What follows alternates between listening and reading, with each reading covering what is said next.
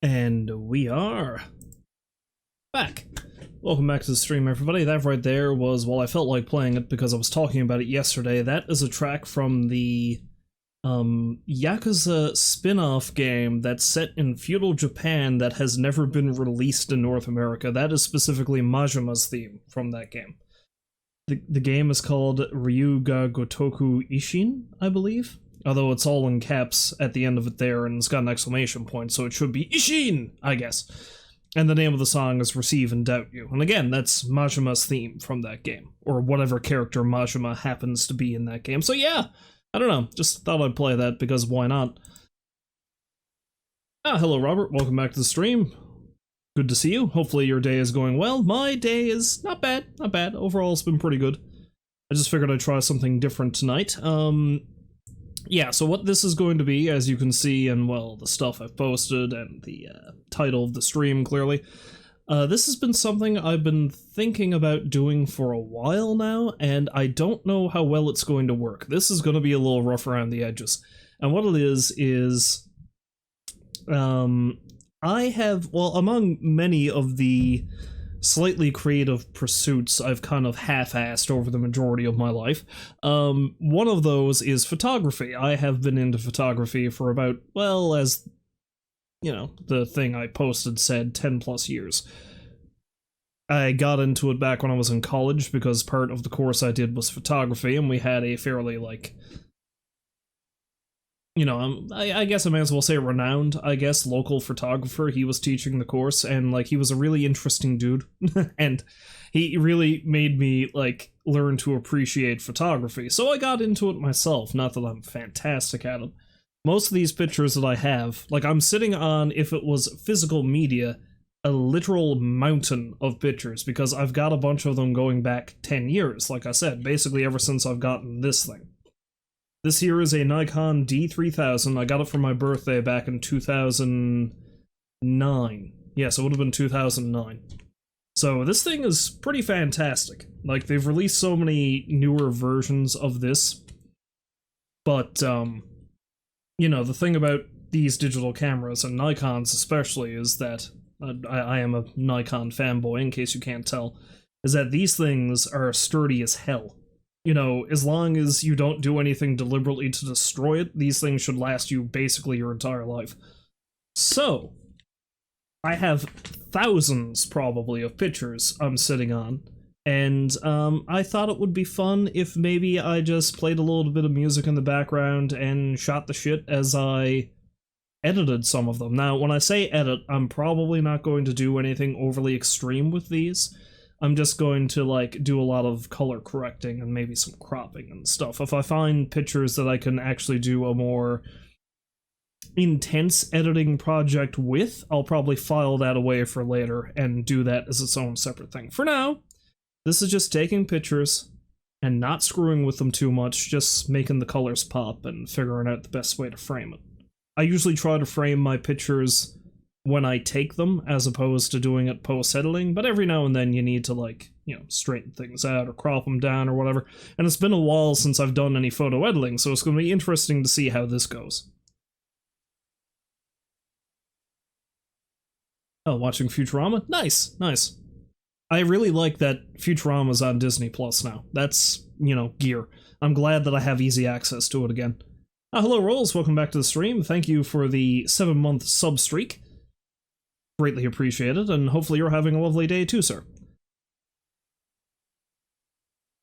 Now, the thing about this is the only way I can capture Photoshop through OBS is I have to do a full display capture. And I don't like the idea of doing that because, well, honestly, I'm just embarrassed by how messy my desktop is. That's the thing. So I've got it set that I should have only Photoshop open on the main monitor, and that's probably all you're going to see. The taskbar might pop up every now and then and you'll see that, but that's going to be it. And who knows, maybe after this is done I'll have myself a new photo I can use as a desktop background, because I currently have as my desktop background the Halloween Spooktacular graphic I made for this past Halloween, so it's sort of outdated now, isn't it? It's great. It's great. Alright, so this stream is only going to probably last as long as I've got pictures. Again, this is going to be very loosey-goosey, very experimental, because I have no idea what I'm doing. I haven't done this kind of stream before, so I don't know how long it's going to last. But hey, I figured you gotta try stuff, so here we go. I'm gonna flip that over there. I'm going to arrange my windows, so hopefully I do a minimal fucking around.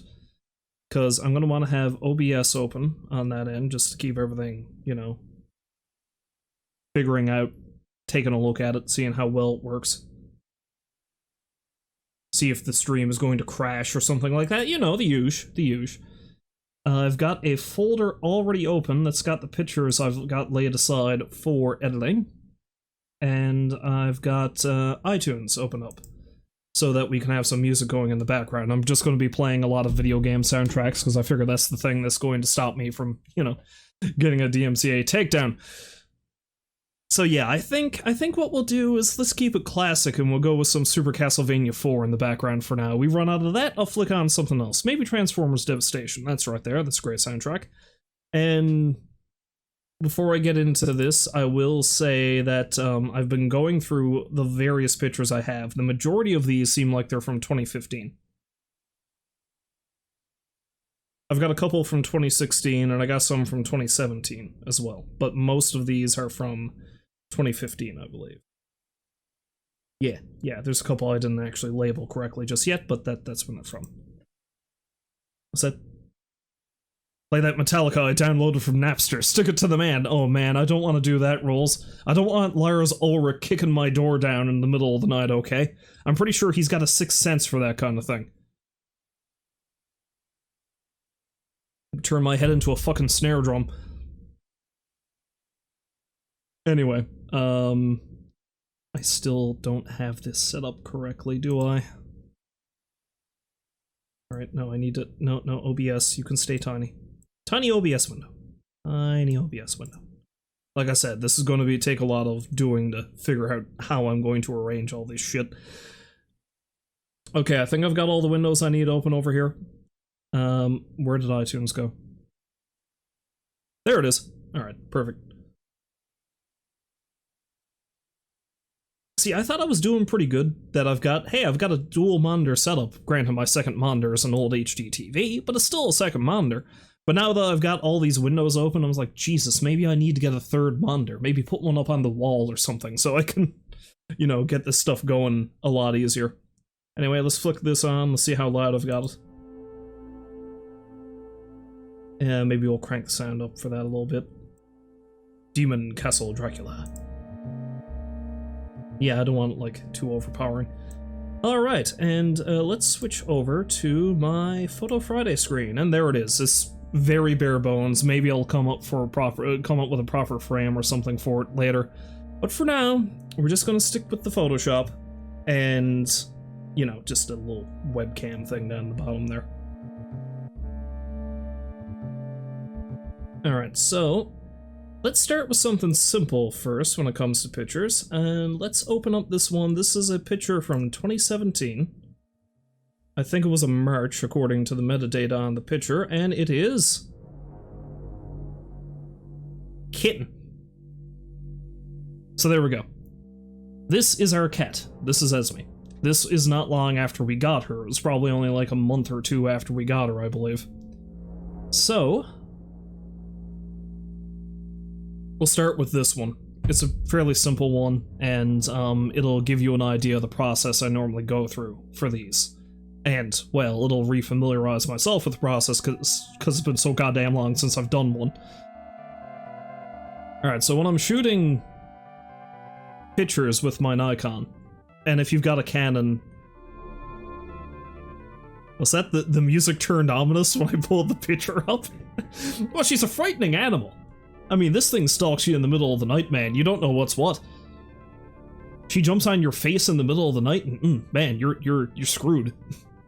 You get terrified. At least I do. I didn't even think about that. I'm glad you pointed that out, Rolls. That's good. So yeah, anyway, typically what I do with these, right, is with my camera, I have it set though so that it shoots in what's called a RAW file, which are usually have the extension .nef or nef, And the reason why I do that is because, and it's not just Nikon, I think any DSLR worth its salt, going back several years now, has the ability to shoot in this type of file. And the reason why is because it has every bit of color information you can possibly squeezed into the picture. At least that's my understanding of it.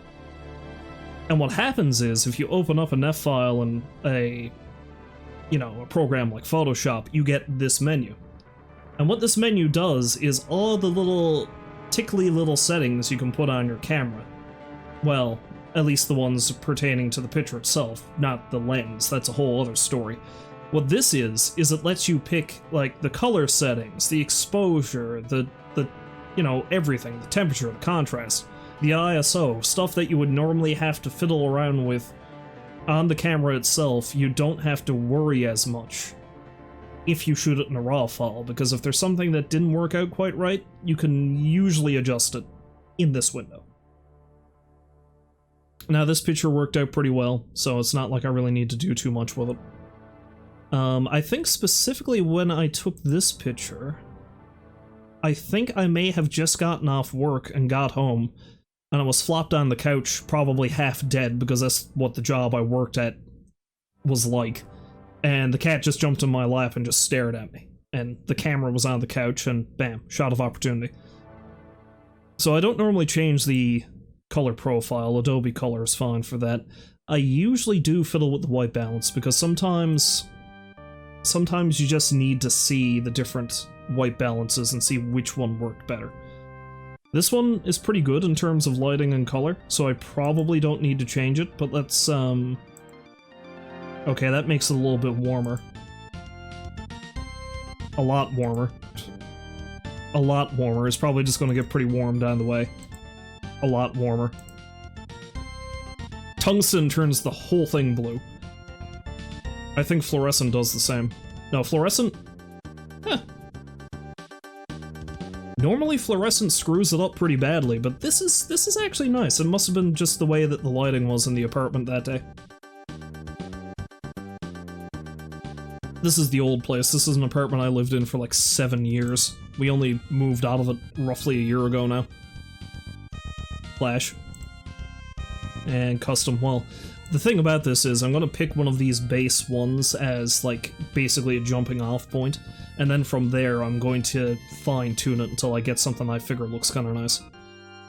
And the other thing about this, too, is it might look ridiculously different to you as it does to me, because this is entirely down to monitor calibration.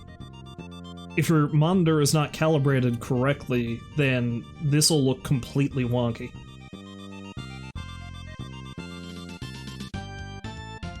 Anyway, honestly, I kind of like it a bit cooler. Maybe not that cool, though. Yeah, I think it's probably best as it is shot. Yeah. See, because the cat herself, she's like this really gray and white kind of color. And I feel like if I make it too warm, then you're gonna lose that. So we'll just leave that as is. That being said, let's move this around a bit. Yeah, see, that's too warm there. I don't want to go that far. Okay, so what was it when it was at as shot? 4300. Do I want to warm it up a little bit? Maybe a little bit. Yeah, it's 46. What if I go a bit further the other way? No, it's too cold. Too hot. Too cold! Yeah, let's try 46. 46 seems like it's a pretty nice one to put it at. Cool. As for the tint... Green cat!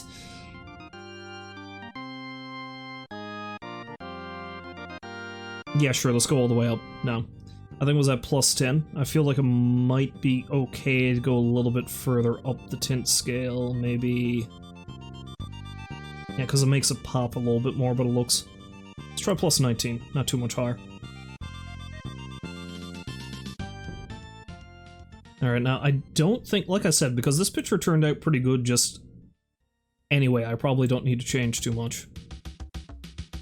I always change the settings just a little bit up and down, and the funny thing about it is like, you usually don't need to go too far one way or the other if you're looking for more of a natural looking picture.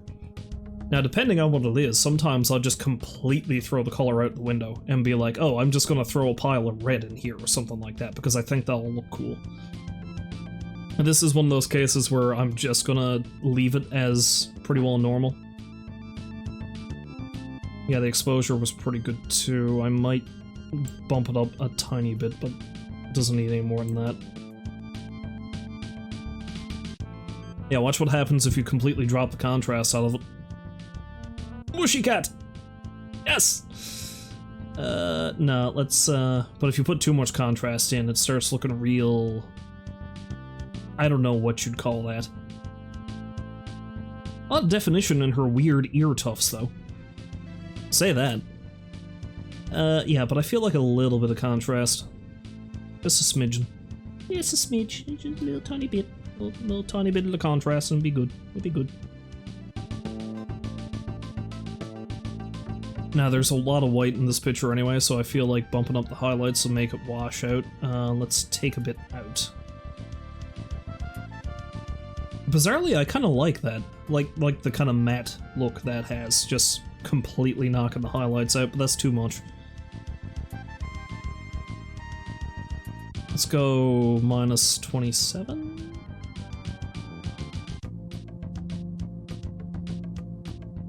See, I don't know, because I kind of want to get that definition around the nose. But I don't want to take it out completely. Minus 50. Yeah, sure, let's do that. See, it's interesting, you know? It's like, I wouldn't think I was going to have to adjust the highlights that much to get an effect I wanted, but there we are. Shadows I'm probably not going to have to do the same thing with. Her eyes look so weird like that. But if I dip the shadows down too far, you lose some of the color, so...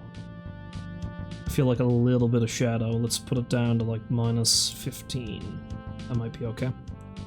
And again, often when it comes to this, it's just a matter of preference, you know? It's like, you know, which way do I want to go with this? Do I want to make it look fairly surreal and kind of, like, hazy? Do I want to have it really sharp?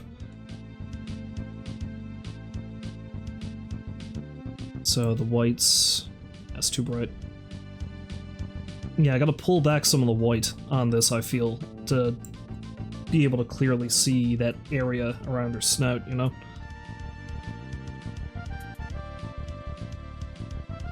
I'm talking as if I'm a professional when it comes to this shit. I clearly am not.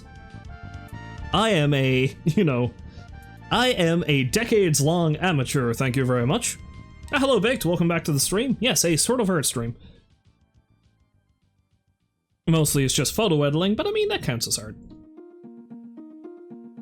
Alright, so texture is something you can really screw with. Although this is not as weird as it normally is. Well, I mean, it's weird when you take the texture completely out. It's like the cat's covered in a bucket of grease. Don't do that to your cat, they'd probably hate it. Unless it's bacon grease, then they probably love it. Although you still shouldn't do that because bacon grease is not good for cats. Just saying that. Try telling that to this one though, she's after stealing more than one piece of bacon off of me. Yeah, normally what happens when you throw the texture slider up real high, everything gets almost pixelated looking, but I guess it's just because of the way her fur is laid out. It kind of adds more definition to it. So I might bump that up higher than I normally would, but I don't want to put it up that high. Yeah, let's try putting it like... let's make that weird noise and then put it at 36.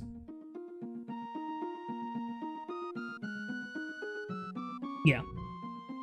See, because what I might do is I might, when I actually get into the rest of the editing of this, I might cut that down and make it more like portrait style.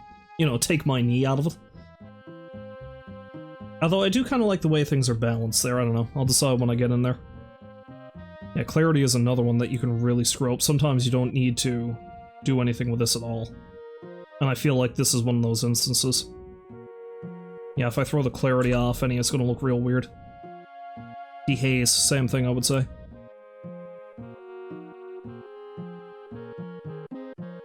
How much of my editing process is weird noises? I don't know. A lot, probably.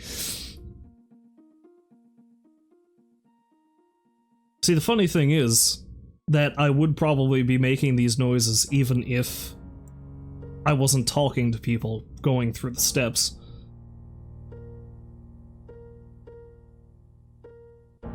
I make all the weird noises, don't you know? I feel like dehaze actually isn't too bad. That doesn't look like it's screwing it up too much. Put in a touch of it. Let's go, yeah, maybe 17.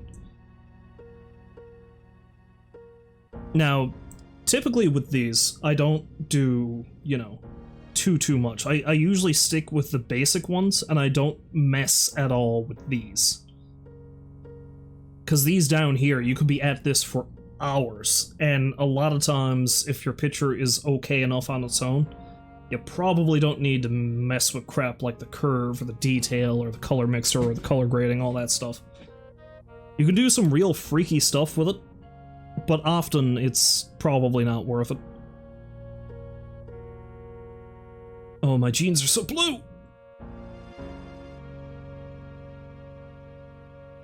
Now, even without... there are specific steps you can take to make a black and white picture in Photoshop. I can't remember them all right now, but it involved going into the color channels and, like, converting it to lab color, I think, and then taking a couple color channels out, and that's how you got a really nice black and white picture. I'm not going to do that here now, because, I don't know, most of these pictures probably would be better served in color. But another way you can do it is if you completely drain the vibrance and saturation out. And then you get a fairly clean black and white picture. What happens if I take the vibrance out but put the saturation up? That's weird. I mean, it looks kind of cool, but it's weird.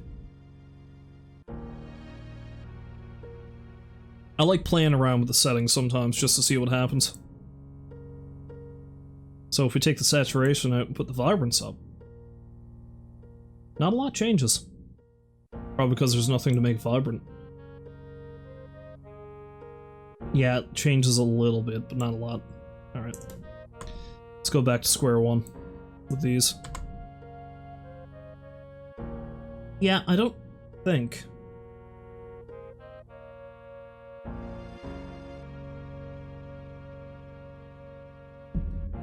Is that something you've never done and have no real plans on doing, but truth be told, this is satisfying to watch? Yeah, I know, there's something oddly soothing about this, you know? Back when I really was full bore in taking pictures and just editing them and not doing anything with them, that's typically what I do with my pictures. I just do these edits with them, I'm like, okay, that's fun. Like, what'll happen is I'll start in on them, and I completely lose track of time. I could be at it for hours. I was like, oh, look, I have this pile of pictures I've done. What's that? She's menacing without vibrance? Yeah, you're not wrong. To be honest, she's menacing with vibrance, too.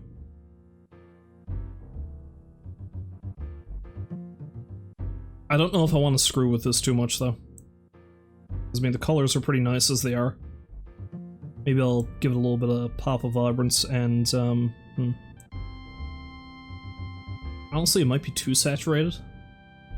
Let's knock it back, like, -8. There we go. Makes it a bit more clean. Alright, so that's all I'm gonna do with those. He says, though, he's changed every setting on that list.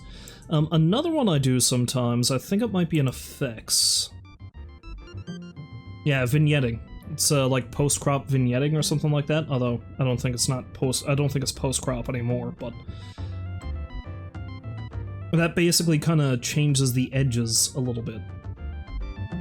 And in theory, it doesn't actually change the color or anything in the center of the picture, but it kind of tricks your eye into thinking it's changed, because the corners are... Well, for example, I'll usually go on the darker end of the scale, right? The lighter end, usually, it's only if you got a real dark picture you'd want to do that.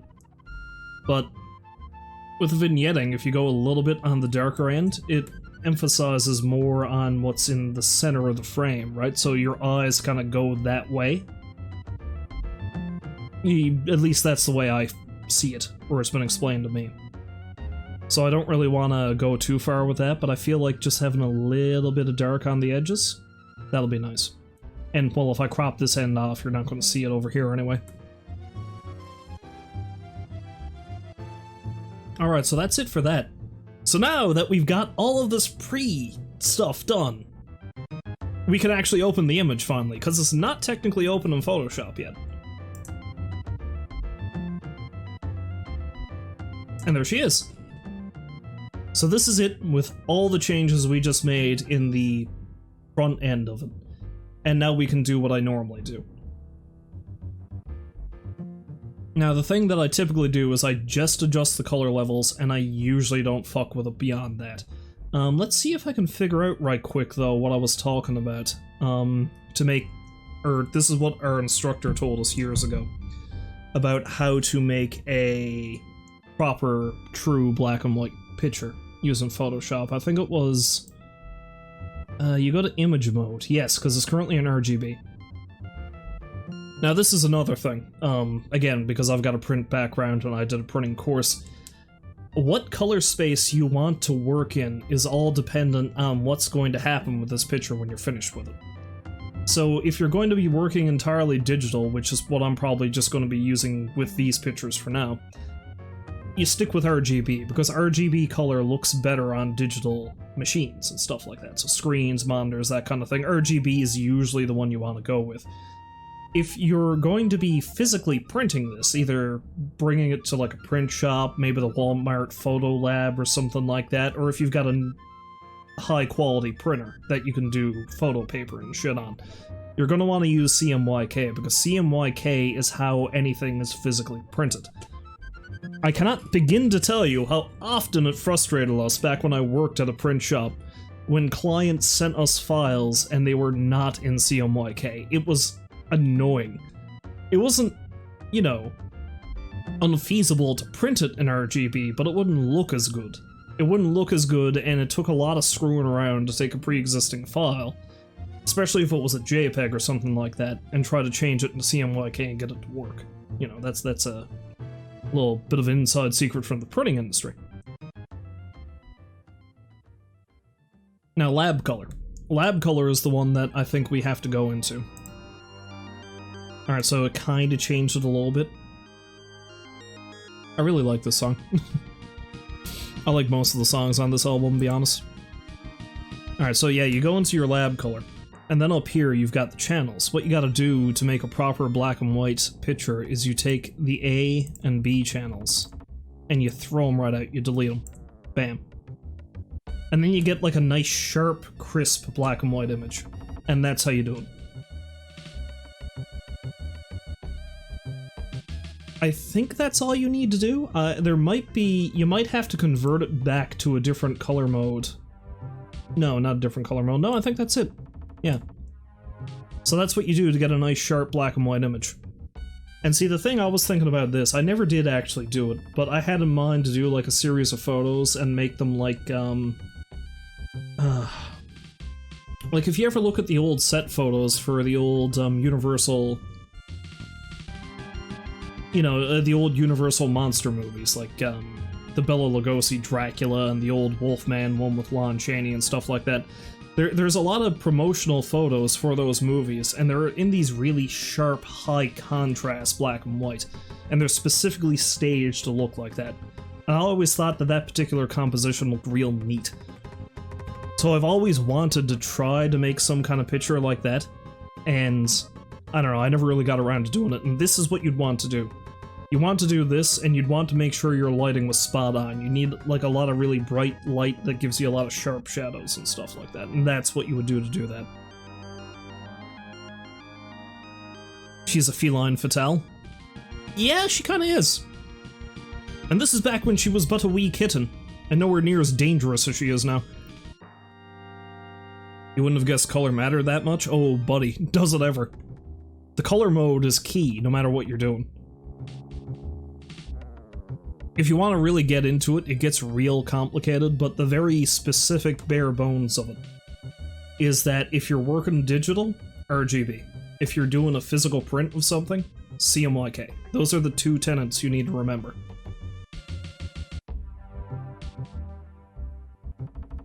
You know, this honestly doesn't look bad as a black and white picture. Huh. Okay, I'm gonna do two of these. I'm gonna do two of this one. I'm gonna make one that's this, and I'll make another that's, you know, the color one. I'll do my color edit on it. I wasn't expecting I was gonna work so much on this picture, but practice. Also, always put these in a different folder, you know. And I'm gonna be saving, I think, both the Photoshop file for this, and although it does save the metadata, I think. Like, the changes that you make in the front end of it, it saves that, so every time you open up the picture, you don't need to change it again.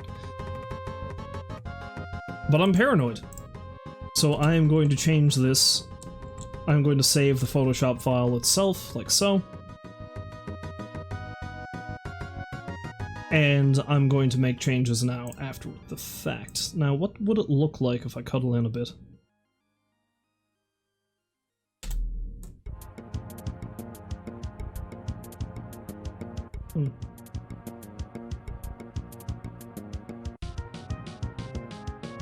Honestly, it kind of looks better that way.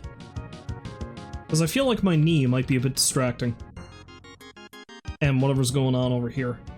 And you can't really bring it in too far because you want to get like this wisp going on here, right? So yeah, maybe that's what I'll do. Because my knee is still in the picture there, but you can't really tell what it is as much. So it's kind of like a nice sort of portrait profile kind of dealio for the cat. Alright, so let's save that as a... Well, actually, no, you don't save it like that, you export it. So, Control E, I believe, is the shortcut. I never use shortcuts, it infuriates, like, one of my friends I used to work with. Alt-Shift-Control-W, hell, that's a lot of screwing around.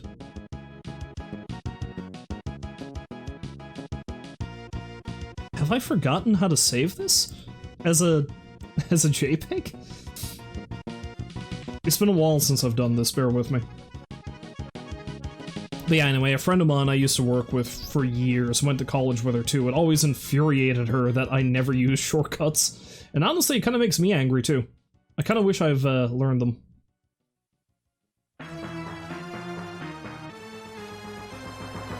Yeah, no, it's gotta be export.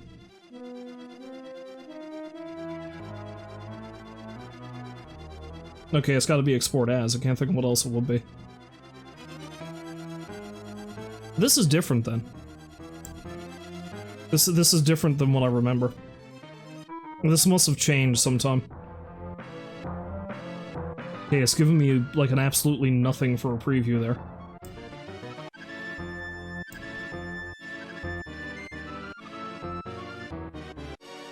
Yeah, export for screens is probably the thing I need to go to, isn't it? Oh no, that's an Illustrator, yeah. I gotcha. Alright, so I don't think I really need to change any of this because this will just give me the bare bones. That's the thing. Well, let's export it, see what happens.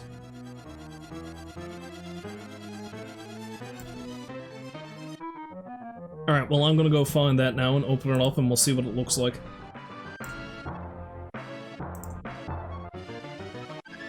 What it looks like is nothing. Did they change this on me? Whatever.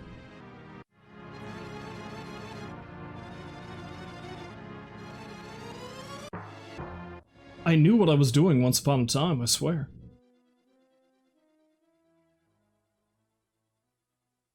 Well, it probably doesn't matter. I'll just edit these and not even have to worry about it.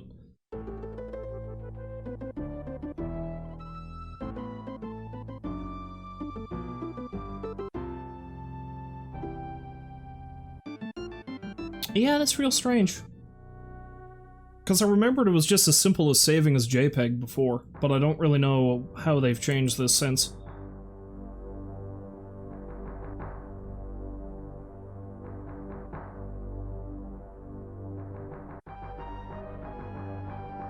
But yeah, because only you go in here, you only have those. That's the only options you have. I like how the music is getting all intense because I can't figure out how to operate this goddamn machine. Yeah, we'll go with that.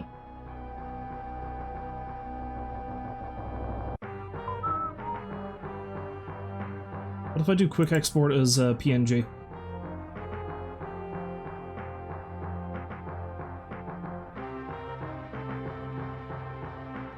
No, that went back in that folder too, but it hasn't, okay, you know what? I'm not gonna worry about it.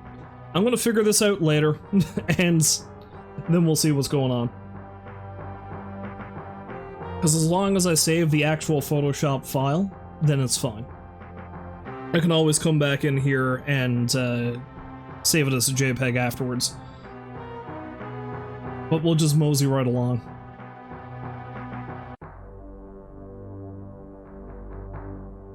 I will save this as a separate one from the main one though. So that'd be B&W-C, so it's cropped.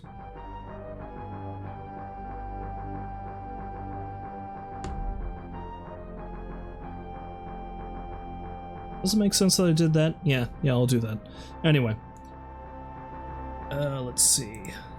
Okay, so the other thing I do, usually, this is all I typically do aside from maybe some realigning and cropping and stuff like that, is I'll go into the color levels and just slightly adjust them just to get it so that they pop a bit better. And, yeah. Oh, before I do that though, take a look in the back here. That right there, it's out of focus, but that's a GameCube. I don't have it in town with me anymore, unfortunately, but that is the GameCube I used to have. And the SNES is sitting right next to it. Back in the days, I had them hooked up to the big TV back there. Okay, I think I might actually want to crop it again first, though, before I do what I'm gonna do. Alright, so let's bring that in there. I don't know if that's any better, though. See, because in black and white, the knee kind of falls to the wayside there because it's all the same color. But here, you can still kind of... I don't know. Let's just leave it like this. Alright, so whenever I adjust the levels, this is the one shortcut I still use all the time. I think it's just you hit the Windows key and L. No, that's the lock screen. What the hell am I doing?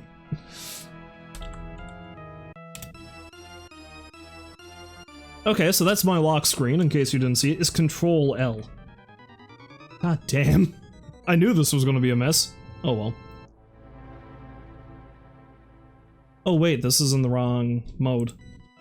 Alright, so you want to be in RGB color for this. Let's get out the crop. Alright, because, you know, what this is Control L, I nearly hit Windows key L again. That opens up your color levels. And if it's an RGB, the best way to do this. And I think it was suggested to me that you want to do this, like I probably shouldn't even have done this before I did the black and white thing. If you're going to be adjusting your color levels, you need to do that first. You need to do that first before you even change it to, say, CMYK if you want to print it, or change it over to lab if you want to get like a really nice sharp black and white. Because this gives you the overall, I guess, tone for the whole picture. And then you edit it further from there. Further. Yes, there's my accent speaking.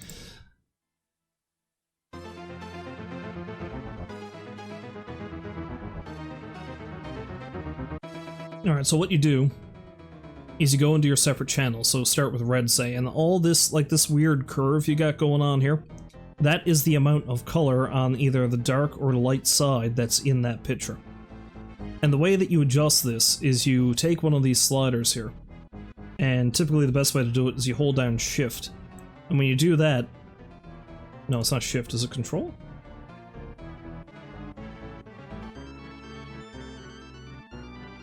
Is this not going to work the way I thought it would?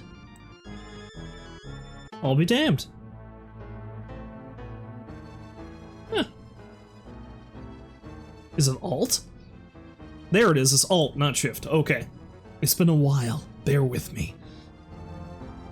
So yeah, what happens is when you press Alt and hold on to it, you get this kind of weird haze. And what you're supposed to do with this, or at least this is what I was told, is you bring it in and like you can see the little black bits kind of poking in. The further down the scale you go, the more image you see.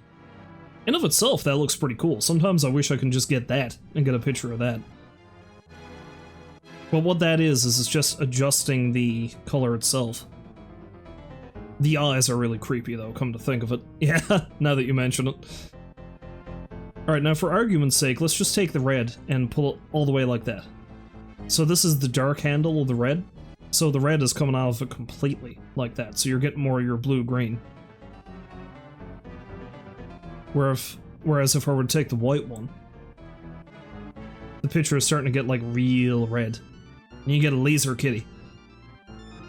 But we don't want laser kitty. This is not a picture where screwing with the colors like that is really going to give you the effect you want. At least not the effect I want. My cat's demonic enough as it is, I don't need to give her any help. So yeah, typically what you want to do is you want to bring the handle in just a tiny bit. So maybe around there. Now, for situations where it's already really high like that, and you even when you go into it without moving the handle, already some of the image is starting to bleed through, it's still usually not a bad idea to knock it back a little bit. In situations where you're on the opposite end of the spectrum though, like that's completely black. So you're going to want to bring it in a tad. So like, and you don't even need too much, you can bring it like up here is way too much, so you're getting too much of the image. Like the minute some of that red starts to bleed through, you just want it to stay there.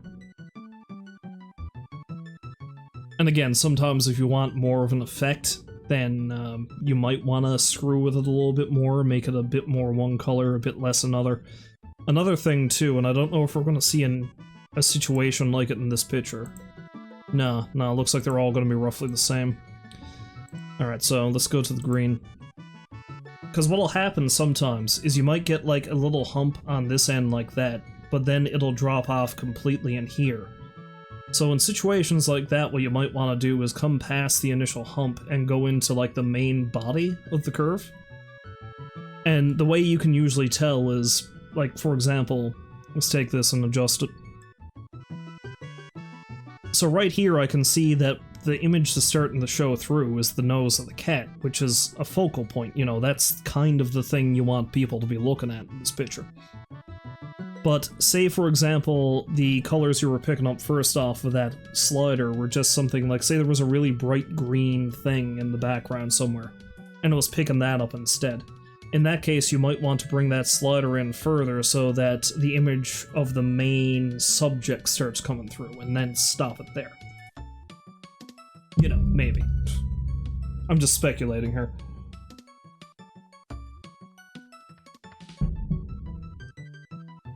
But that's kind of what I want for this one, so we'll do that, and we'll knock this one back a little bit too.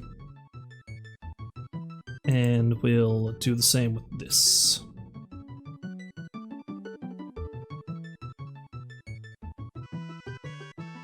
Oh, you're learning a lot? Okay. I didn't think I was actually going to be teaching anybody anything here, because I never feel like I know a lot about this kind of thing. But anyway, this right here, right? Okay, so it gives you the preview. This is what it looks like now, with the changes we just made to the color levels. So if we uncheck the preview, and it's always good to do this just so you can see what changes you've made, because sometimes if you're looking at something like this for too long, you kind of get lost in it and you can't see what you're doing. But if I do this now, see? It's subtle. It's not much of a change, but you don't want a major change sometimes with pictures like this. Like if you want to have it more natural looking, you just want to tweak it one way or the other. So this is what it looks like with the change to the levels I made. And this is what it looked like originally. It's not much of a change, but the image looks a lot softer like that originally. But then when you turn on the preview and see the changes we made, it's a little bit sharper, like she stands out a little bit more. And that's what you're looking for, or at least that's what I'm looking for this. Now if I knew more about this kind of thing, maybe I'd want to get in there and maybe edit specifically around her eyes and maybe have her eyes stand out a lot more. But, you know, I feel like that might be overkill. And this is kind of like a style preference, I suppose, because I see a lot of pictures. Like, there are photographers who take pictures of, say, the landscapes and stuff out home, right, from where I'm from. And when they edit the pictures, they really pop the colors out to a point where it almost looks alien. I mean, you know what kind of pictures I'm talking about. Say you've got a nice blue sky, and someone takes a picture of it, and then when they do some post-processing on that picture, they make the sky like an almost Kool-Aid blue color. Which, that has its place. I'm not saying that that's not a thing you shouldn't do, you know. But it's usually not the way I like handling my pictures. I try to get it looking as realistic as possible, unless I want to throw that completely out the window and make a weird one. Ooh, thirsty now. I feel like I'm doing a lot more talking doing this, but I mean, that's basically kind of the deal, isn't it? Alright, so there we go. That's probably all I'm gonna do with this one. I like that I've spent, like, what, 40 minutes on this picture? You know, the one I figured would be the easiest. Alright, again, because I'm not quite sure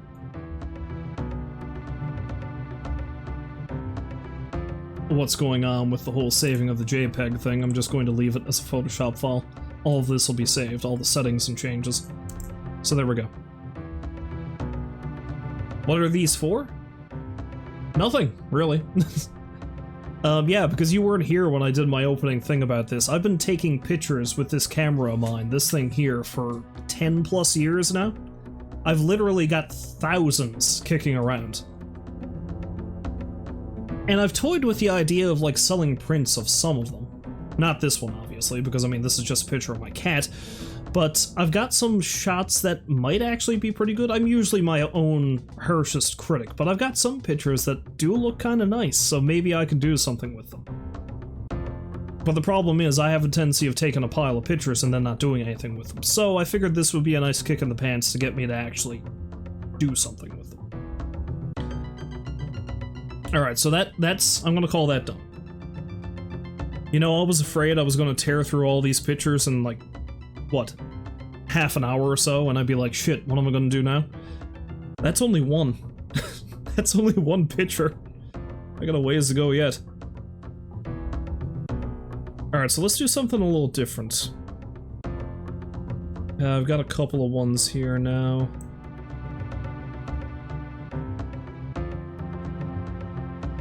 Maybe I want to do a landscape one next. I do have a lot of landscapes.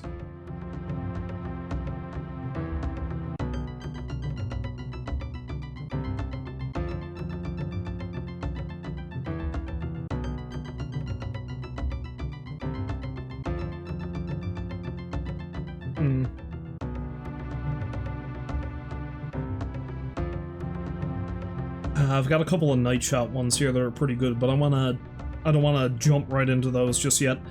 Let's go with...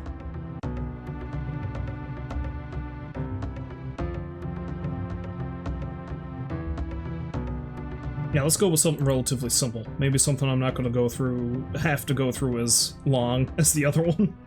I say that now. Bam, there it is. Alright, now this is a river that cuts through Bowring Park. Bowring Park is this really big park here in St. John's. And this was a picture taken back in 2015. And I think this was in the fall, I'm pretty sure.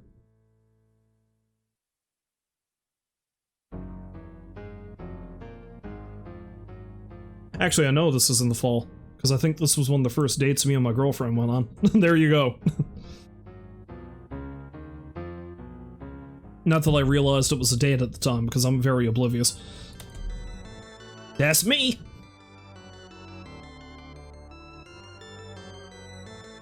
But yeah, this is a view of the river that cuts right through the park. There's like a lot of really nice places that are deep in the woods in the park. And there's a little basin just up from the lower part of the valley that the park is in. That's when I fell in love with the park. No, I mean... I'm joking.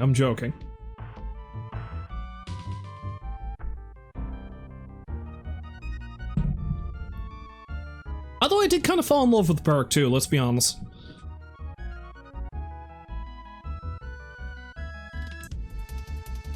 It's probably more accurate to say I fell in love and didn't know what was happening. Shocker. But also not terribly surprising because it's me.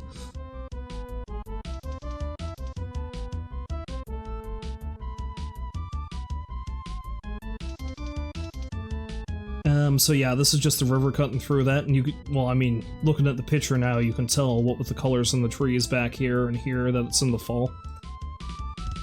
So we're gonna do the same thing, we're just gonna cut through these. And it's all a matter of what kind of color scheme you want out of it, right? So as shot is kind of like, it's a bit of a cooler image. Which means it probably would have been... I probably had it... Yeah, it was auto, wasn't it? Not really. Auto was even cooler again. Or is it? No, auto's warmer. Yeah. Yeah. Shade. Tungsten. Ah, there we go. That's the effect you get with tungsten. I kind of like how washed out the fluorescent color white balance does.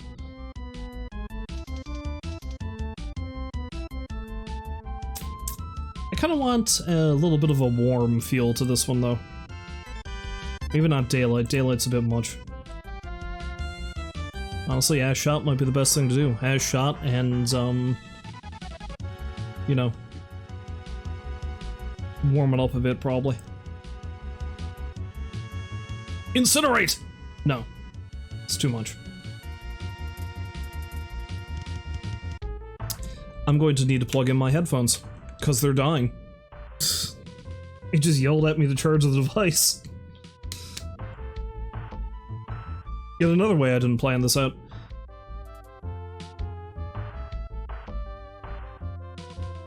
Alright, yeah, so as shot is 5,000. Let's bump the temp up to... I don't know. Maybe 56? Yeah, a little bit lower. 54. Because I kind of want to get, like, the sort of natural, earthy stuff coming out here.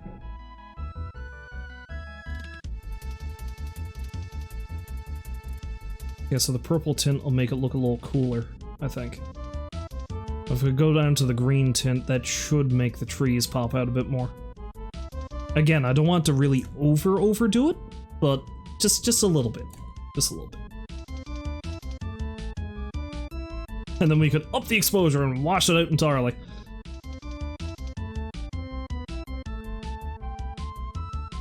This right here is one of the biggest benefits of shooting in the RAW format. That you can change the exposure after the fact, because exposure can make or break an image, really.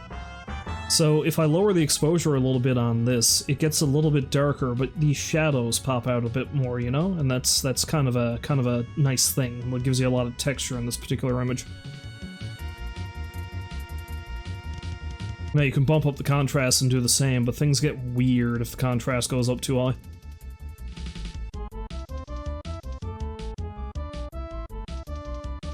Although I feel like that might be a pretty good one. Nah, 14, not as high. And our highlights... looks like the biggest change for the highlights is going to be the river itself. And if I bump it up too high, the details and like the little eddies here in the stream fall, that's gonna wash out, so... I think we want to take the highlights out of it a bit. And shadow. A little bit more shadow. Yeah! Good. Good.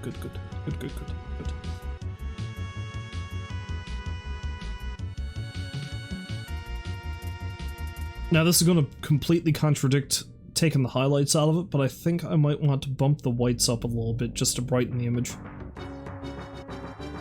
Like that. Yeah. And the blacks...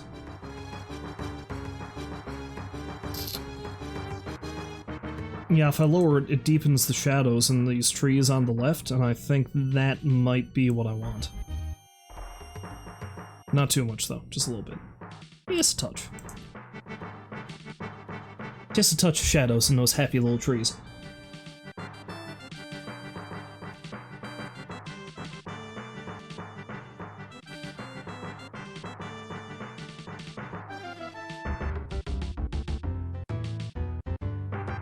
Now the question is, do I want to detail overload in this, or do I want to soften it up a bit? It might actually benefit from being a bit softer, this image. Because that way your eye is not focusing as much on these trees over here, because they're pretty detailed.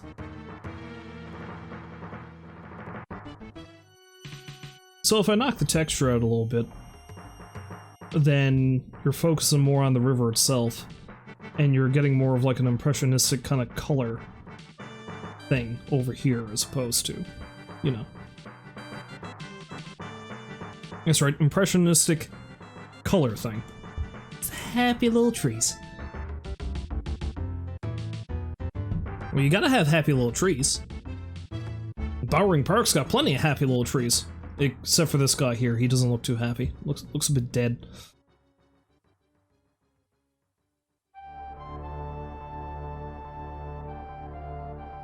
Now I can knock the clarity out and make it look like you need a pair of glasses. This is what it looks like when I'm not wearing my glasses, just in case you know. That's a lie. This is a lot clearer than me without my glasses.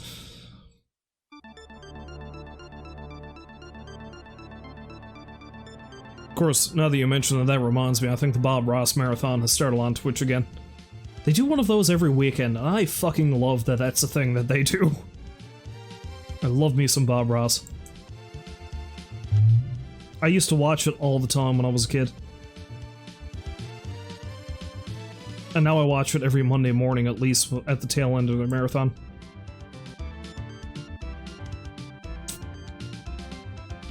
This isn't charging faster than it's draining, unfortunately. I might have to switch over to something else.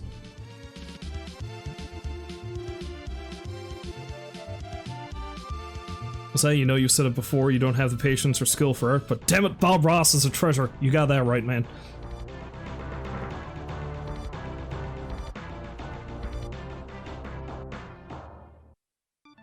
Bob Ross was one of the greatest treasures we ever had. Whether we all knew it or not at the time. That's kind of a bunch of dreary looking little trees, not happy little trees.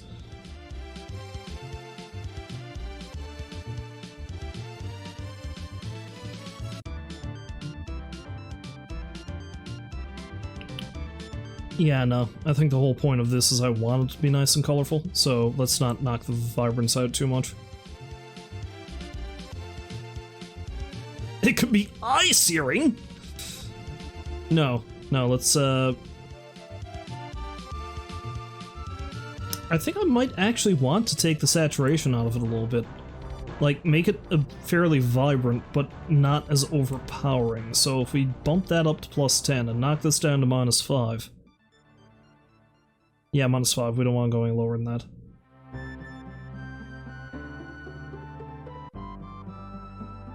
Yeah, there we go. And let's see if we can do some of that vignetting. Just to get that effect like I was talking about, you know, where the corners are a bit blacker.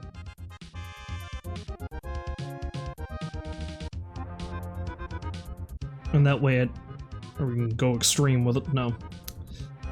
That way you kind of centralize your focus. Okay. No, I just noticed this. What is that in the middle of the corner of the picture? Is that like the edge of a bridge? I think that's the edge of the bridge that I took the picture from. Done. Getting.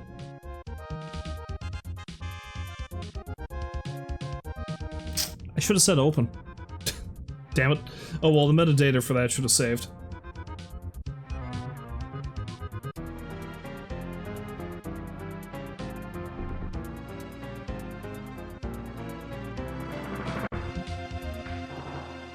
Alright, so if I open it in Photoshop again, it should have kept my changes. It did. It kept my changes. Okay. So then we just hit open, which is what I should have hit first off.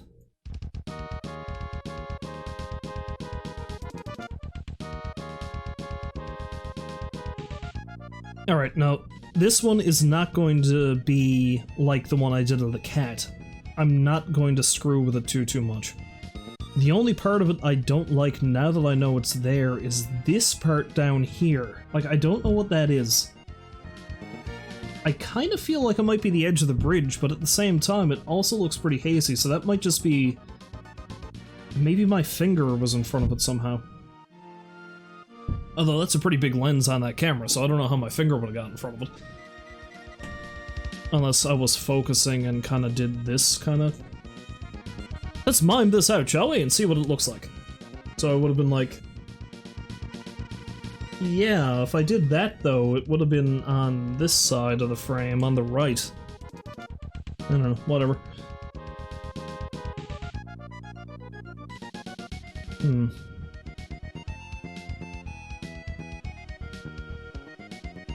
Do I want to mess with it? Well, let's experiment. Let's crop that out. I'd say the best way for me to crop it out would be to... like, I can cut out the whole damn thing. I do that, it takes out a lot of the stuff on the left, and it doesn't seem balanced, though. What if I cut this far in? And then cut the rest of it out from the bottom? It's the bridge? Yeah, I thought it was the bridge, too. It must be.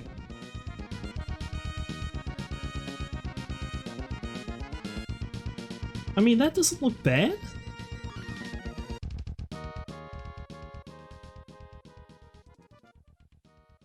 That does kinda still leave the river in the center. Unless I am a gray-fingered vampire monster, you don't know. Well, no, you would know if I'm a gray-fingered vampire monster. Yes, headphones, I know I need to charge the device. Is that coming through, by the way? It's screaming that I need to charge the headphones.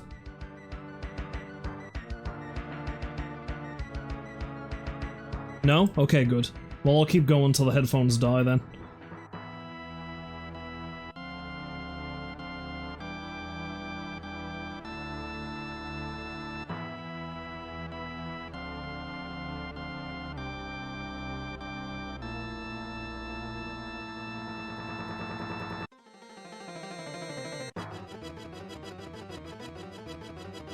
Oh, also to answer your question, Baked, well, you know, to answer your wondering what the game the songs are from, the Vampire Monster comment kind of fits, because this is the soundtrack for Super Castlevania 4.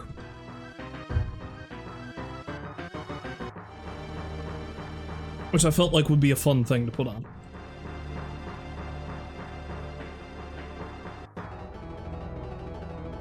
Yeah, all of the songs are from that soundtrack. I just threw that on, just to play that in the background.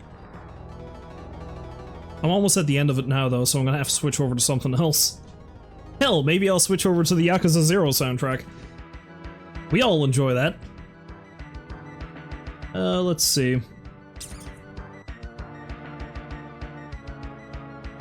I don't know how I feel like having that piece of the bridge in there.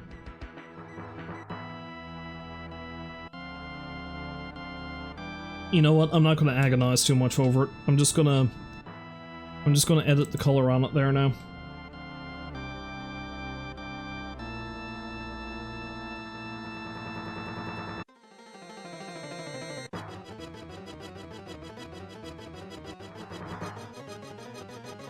Alright, so yeah, this one's a little different than the picture of the cat. So, like, it's not as immediately obvious that the color is, boom, way up high here. So this one I can stand to come in a little bit further. Alright, so yeah, because the only, like, these deep shadows here are where the darkest part of the reds are. And over here too, this is kind of like what I was talking about before. Where you got, like, this high bump here, and then kind of thins out again. So it's just a matter of figuring out where that is. So, like, the lighter section are the highlights in the river and the sky. So I could probably stand to come in a little further until it starts catching the trees. Maybe. Let's see.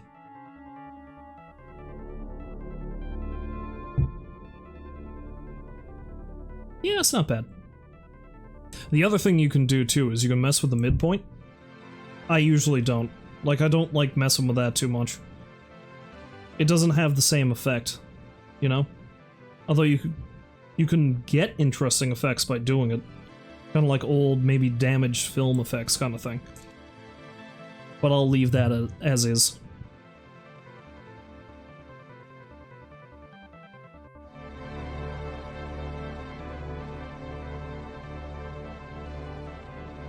Alright, so yeah, once again, we'll bring this in a little further, maybe around there. Where did I bring the red in? 234? Okay, so the green came in a little bit further. And we'll do the blue. Yeah, the blue. There's more blue in it than anything else. And that's probably, again, those deep shadows around the trees.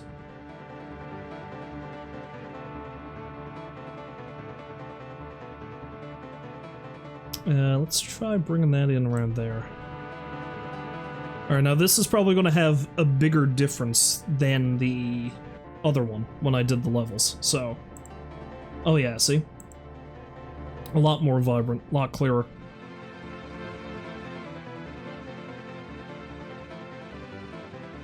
Okay. Alright, so that's not bad. Again, the only thing I can't decide is if I want to crop that section of the bridge out. Magic! Photo magic! Some amazing stuff, that. So yeah, I don't really know if I want to crop that section of the bridge out, and that's probably not a decision I'm going to make right now. So, I think we'll just leave that as that. And, yeah, so we've just got this nice colorful image here of all the trees arrayed around the river and where it goes into that little basin down there, so. If I remember correctly, this day, like looking up at the horizon here, I feel like this might have been one of those overcast days where the clouds were really in and like everything was like, it was just gray. Now, I know this is a thing you may or may not have heard about before, like, you know, photographers talk about it, filmmakers talk about the golden hour. And the golden hour is basically, you get the best lighting either the first hour or two after the sun rises, or the last hour or two before the sun sets, and that's when the lighting is just perfect. Another thing I've noticed about that, though, is that you would assume a nice bright sunny day would be the best to go out and take pictures. That's not quite true. At least from my personal experience. A nice bright sunny day that doesn't have a cloud in the sky is just as bad, in my opinion, as a day that has nothing but a full pall of clouds over the sky. And what it is that everything starts getting washed out on a day like that, where the sun is just beating down on you with absolutely no cloud cover. So to me, the best conditions would be... Yeah, see? Yeah, you know what I'm talking about. The best conditions for me would be a nice bright sunny day that has like sporadic cloud cover, because then what happens is the few nice big puffy clouds you got up there is that they'll diffuse the sunlight a little bit, and you'll get like these nicer shadows and these sort of nice golds where the light is just hitting but not completely washing everything out. That's the downside of sunny California weather. Yeah, I can see that. I can see how that would be an issue down there.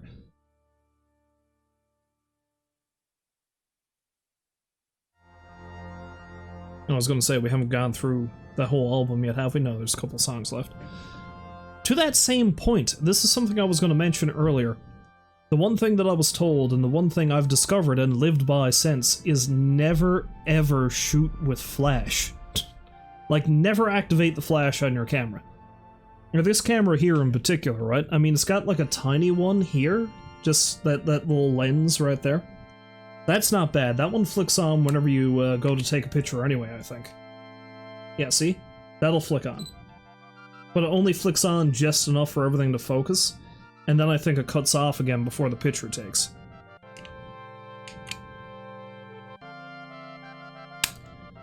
Now, this camera here, I don't think I can open it. Yeah, I'll be able to open it if I set it. I think if I set it on full auto, it'll do. Yeah. There we go. That's the flash on this camera. And this thing right here is wicked bright. You thought that was just personal preference? It could just be that. Like, there are specific instances where you probably do need a flash on your photo. Like, if we're talking studio settings, for example. Like if you're in a studio and you've got like the big standing lights and you're looking for a very specific sharp image, like those black and white pictures I was talking about before from the promotional material for the old Universal monster films, then you're probably going to need some specific lighting and flash. But if you're out taking pictures just outside, well, it's exactly like Z is saying, they look horrible with the flash on, because you're combating the natural lighting, and the natural lighting is 9 times out of 10 better than anything you can manufacture.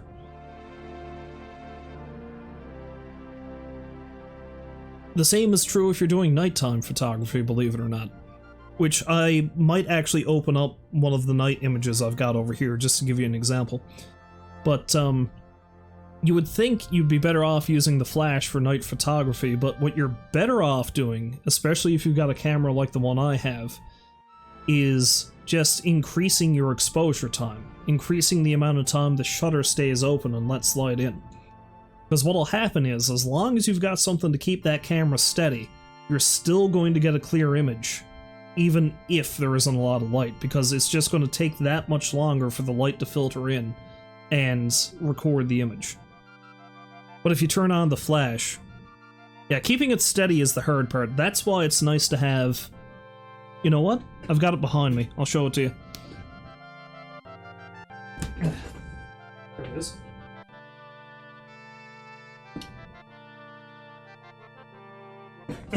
That's why it's nice to have something like this bad boy. This is a tripod I got years ago. And it is light, it is incredibly sturdy, and it does not, like, you know, it hasn't loosened any, I suppose, is the best way to put it. And it's got these little telescoping legs, so it kind of, you can adjust it to most any height you want. This thing was a great buy. I'm glad I bought this thing. A bit dusty now because I haven't used it in a while, but... Yeah, I got that and actually a number of lenses, some dirt cheap lenses off of a website that unfortunately doesn't exist anymore. Photo Jojo, I think it was called. Because, you know, camera lenses cost a fortune. But, well, case in point, I have a macro lens. And of course, what that does is it takes highly detailed pictures of really tiny things. And that was wickedly expensive because it was a Nikon brand macro lens. It was one that fits this camera perfectly, and it cost almost as much as the camera itself did. However, there are a couple of specific lenses I got from... Okay, you know what? Before I actually carry on with another picture, I'm going to just do a show and tell here now. I'm going to switch back over to the webcam while I get the rest of it. I got my camera bag poked away in the bookshelf back there.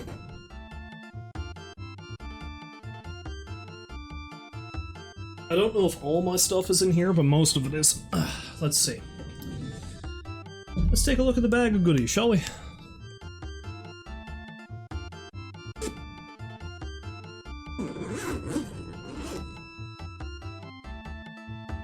Oh, that's where my sunglasses went. What do you know? I was looking for those earlier. Suppose it makes sense I would have had them put in with the camera bag. Good to know. But yeah, this here is the, that's the macro lens there. Yeah, I know, it's great. If there's any benefit of me doing this stream that I wasn't sure I was going to do, it's the fact that I just found my sunglasses. But yeah, this right here is the macro lens, and it's a beast of a thing. It's fairly heavy, and it's got like this really extreme lens on the front. So it doesn't have much of a focal range, because the point of it is you're supposed to get right up into whatever it is you're taking a picture of. And you get like these really sharp detailed, well, details. So that's the specific Nikon lens I got, and that was almost as expensive as the camera itself. Now from this sadly now defunct Photo Jojo website, I got, here we go. This is a Holger Lens. I think this only costs 30 bucks. And what this specifically does is it's got, it's gonna be pretty hard to see it on camera, but it's That's how big the aperture is on that. It's just a series of little dots arrayed in kind of a circular pattern. So the whole point of it is it's got this big lens that allows, well, decent sized lens, that allows a fair bit of light in, but that light is then filtered through these little dots in the back. And what that does is it gives you kind of like a nice hazy, kind of dark picture. I've got a couple of pictures here that I took with that too. I don't know if I'm going to get to them all now, but, you know, because I've been at this for a while. Another good one too, this is called a Diana lens. And this one comes apart real easy. This has a fairly big open clear lens right there. And you can actually see all the way through. Let's see if I can get my eye in there. I see you. Yeah. So the thing about the Diana lens, those really sharp images I was talking about before, this was sold as like a portrait lens. So if you want like a portrait style picture of a person, this is the thing you'd go for, because it allows a lot of light in, gives you some really nice light balance and stuff like that. It's good. And I got a couple other ones in here too. These are actually lens adapters. These have metal rings put onto them, and you put them on your base lens. So I think this one is a wide angle lens. Now this isn't, where this is a lens adapter and not a proper wide angle lens, you'll get actually like a little bit of black edging around the edges of it, but you know, it's fine. And I got a fisheye lens here too. Yeah. Now the fisheye lens is pretty neat, but it's one I haven't mastered the use of.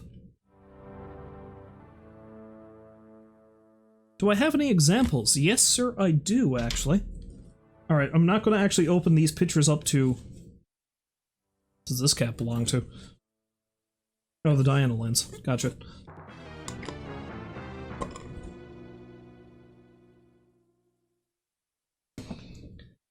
Okay, so I've got some examples of these. I don't think I've got...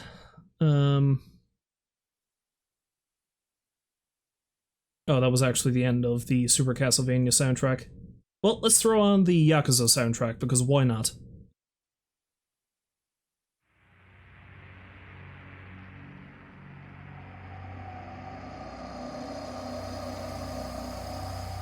I need to... Okay, let's open that up. And... the joys of having too many windows open. Alright, so... I'll give you some examples. I won't open them up as if to do them just yet, but I'll give you some brief examples of what the pictures do. Just let me save this one.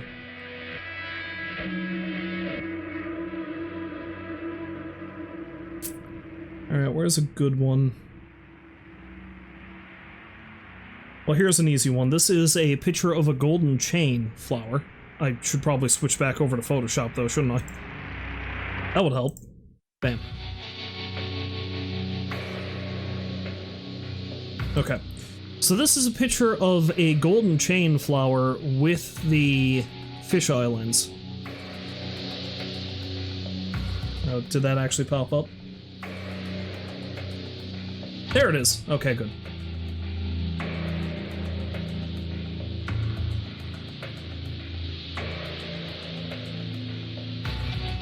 Alright, so the thing with the fisheye lens is that it has a tendency to, and this isn't like a proper fisheye lens, so it doesn't really give the proper effect.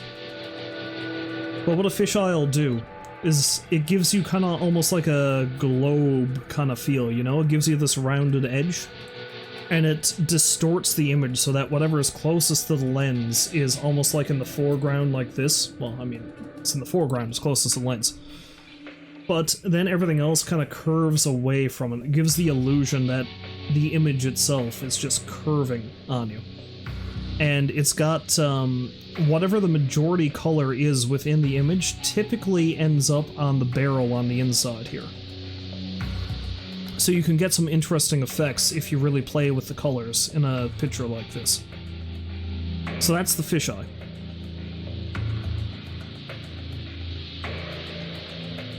I don't think I've got any from the Diana lens here, because that's a lens I haven't really used much of. I haven't really mastered it much. But I do have one for the Holger Lens. As soon as I find it.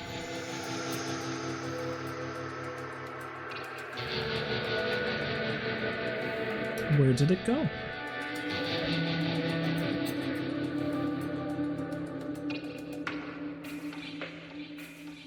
Oh, come on, man. I had a good one. Ah, there it is. Okay, now, I will say right now, this picture is really crooked. I need to straighten it when I actually go to edit it, but this is a picture that was taken with the Holger lens. There.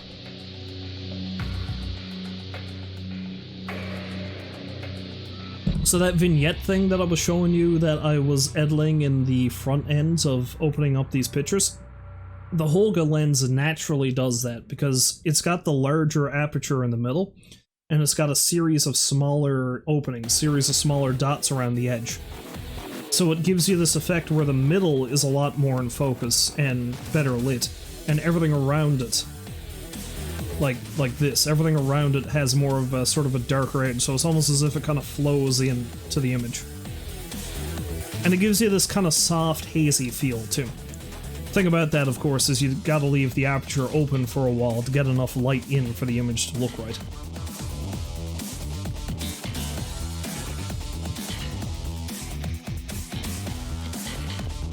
Now, the macro lens. The macro lens is my favorite, and it's the one that I use the most, because you can get the most extreme details of the tiniest of things with the macro lens. This one here is a good example. Like, I got right into the pine cones with the macro lens and just took that. And you can, like, see every individual ridge in here. And this isn't even focused all that well. Like, if I took more time, I probably would have been able to get that better detailed, but I just kind of got in there, took the picture, and left again.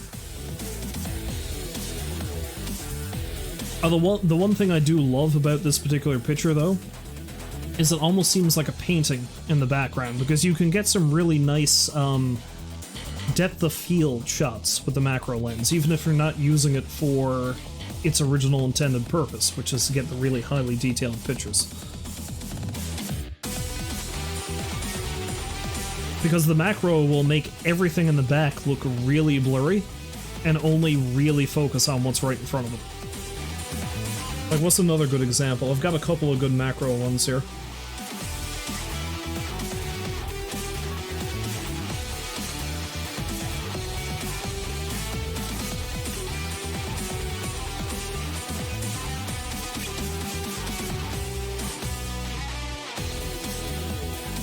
Let's take a look at this one. Yeah, this flower is another good example, because you can almost see, like, the individual, I'm gonna call them veins in the petals. And there's another one where you can see even better again. This one. Yeah. Yeah, this one right here. Capillaries, that's the word. Capillaries. So you can see each individual fold and capillary in the petal of this flower, right? And the macro lens does that. That gives you the really in-depth look at that.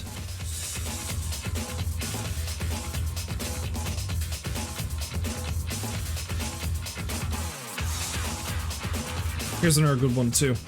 It's like a really, like, bug-eaten leaf.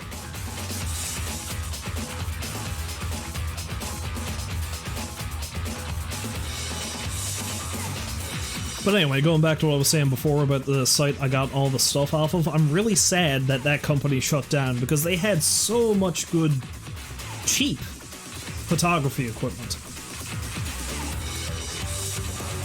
But, alas, I guess it couldn't last. Anyway, let's move on to another one. Yeah, let's do a nighttime shot. I got a couple of them. Let's see which one I want to do.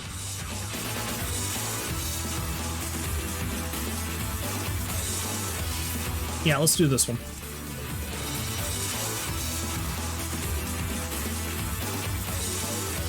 Alright, so this right here is Bannerman Park. This is another park that's more in the central area of downtown St. John's.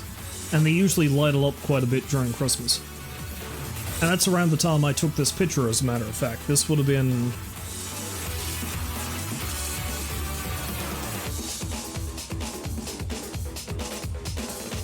I feel like this might be wrong. It's...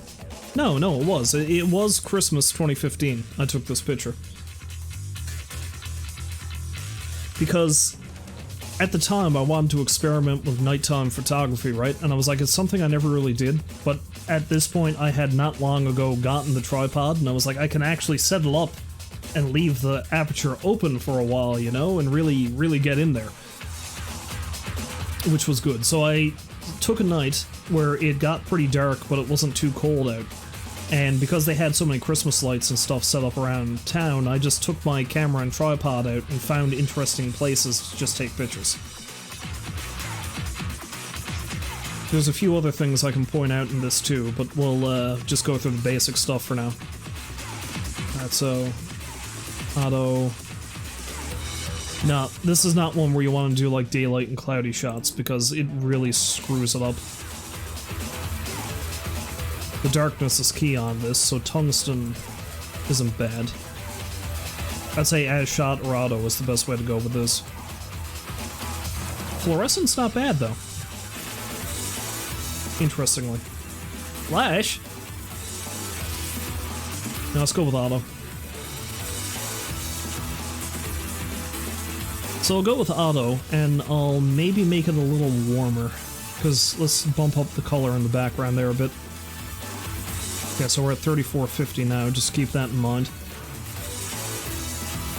Now see, even that's almost too much. Just a hair. Don't want to go too far with that. See, because the other thing too, and I might want to actually get in there with the brush tool and adjust some of the coloring afterwards. I kind of want to get this kind of ghostly branch image here. Because if I adjust it too much and make it too dark, then I can lose that. And I want to keep that. Too purple. Purple.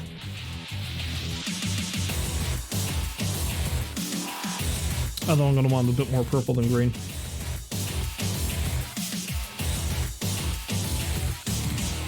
Oh, so far this has by far been your favorite picture? Yeah, I know. Like, this turned out a lot better than I thought it would, because again, nighttime photography is a pain.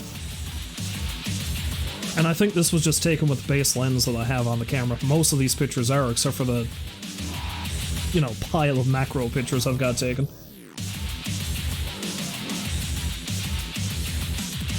But Bannerman Park looks real pretty at night in during Christmas time.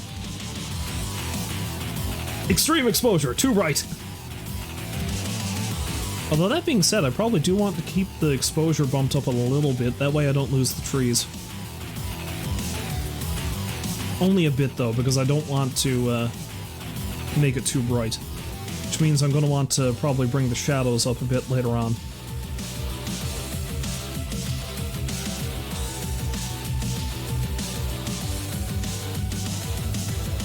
Lowering the contrast actually brings the branches out a bit more, so let's try that.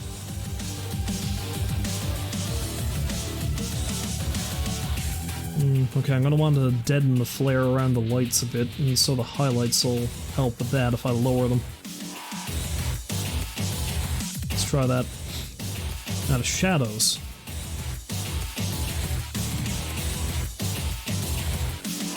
Okay, that's interesting. I didn't realize that would happen if I went that way with it.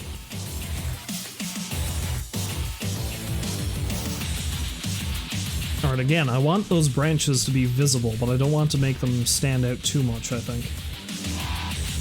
So I'm probably going to want to...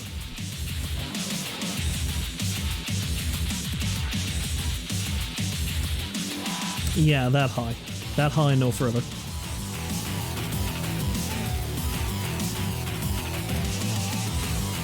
Take the whites out of it a bit. And again, I'm just doing this on the fly. I might decide I hate the way this looks afterwards. But we'll see.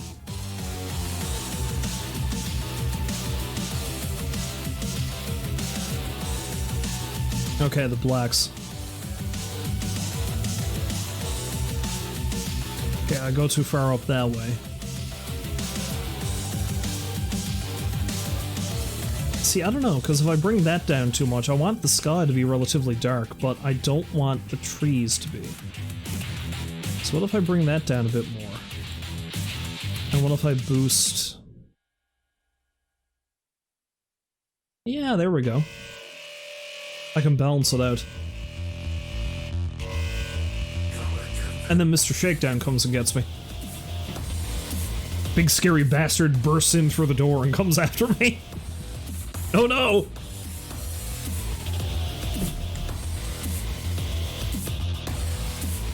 You're trying to figure out how to do this stuff in your knockoff Photoshop program? There's a number of them that aren't bad, you know?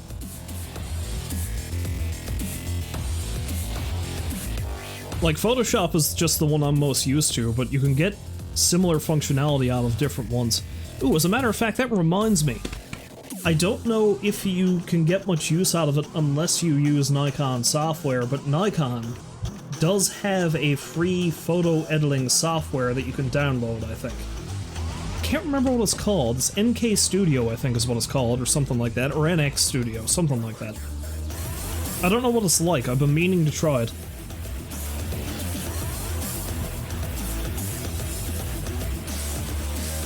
Okay, that might be good. Let's leave it at that.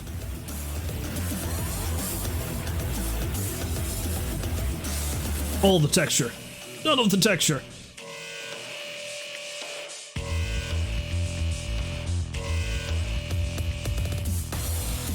Some of the texture. Some.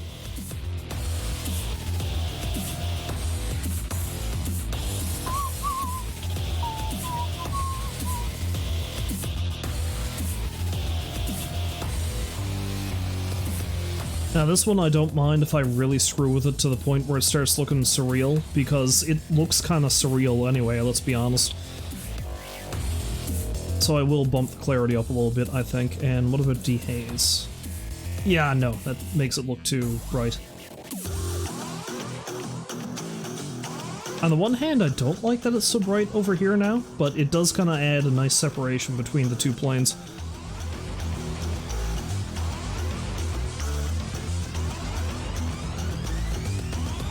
But yeah, I don't know what kind of program you're probably using, Z, but the thing about these programs is that they should, most of them, have roughly similar tools in them. Because, you know, even if it is a free thing, and even if it doesn't have the amount of functionality as something like Photoshop does, it's still competing with it. So whoever made it must have at least the basic Photoshop tools in it. Yeah, there you go. You can do similar color work in GIMP. That's one that you can use.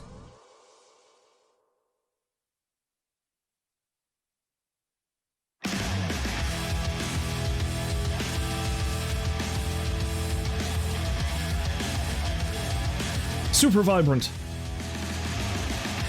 See, I kind of want to make this pretty vibrant, though, because the colors in this one are kind of important, I feel, like the buildings in the back.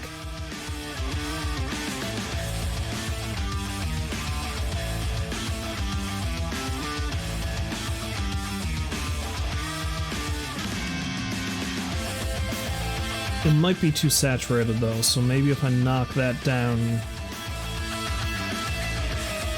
No, not really. Don't want to go too high, though.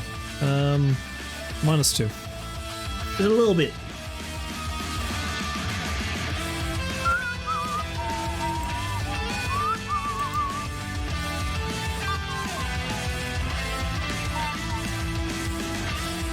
I feel like the vignetting is probably going to be our friend here, because that'll help deaden the color down here, or the brightness, I should say.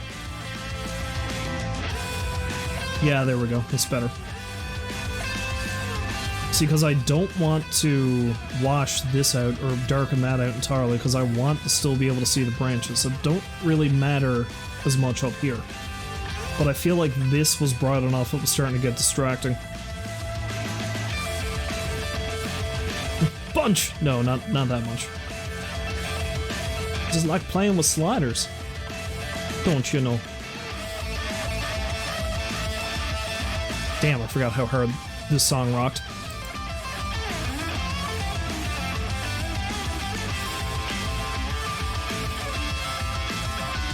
Okay, that's better. See, because I edited this picture before in the past, but an issue I had with it was this was really dark and I was losing the branches of this tree. But it seems like making the edits that I did in front of it may have mitigated that a bit.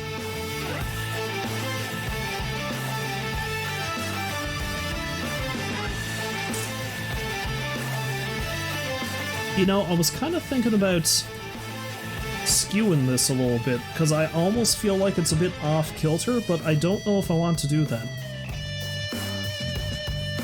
Because the fact that it's slightly off, you know, it's not flat plane, you know, it makes it look more interesting, because there's not really anything in the picture I want to cut out of it. Because if I bring it in too far this way, I'm going to cut into the sign there for Bellaventure, and that'll, you know, it'll look weird to have that sign missing. And this tree frames it pretty well, so I don't want to really get the rest of that tree out of it either. The most I might do is crop the bottom off a little bit. But I don't even know if I want to do that. Let's take a look. Like, what if I crop it to the bottom of the tree?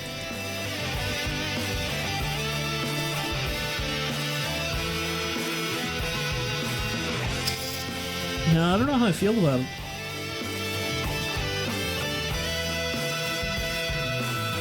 It almost feels like you get to the gate sooner than you should, if that makes sense.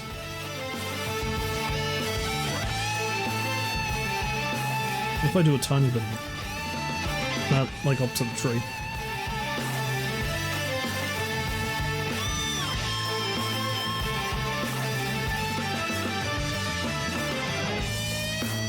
Nah. Now let's see what this is. The harder decisions will be made later. Let's just deal with the color. Okay. Well, let's just do the levels.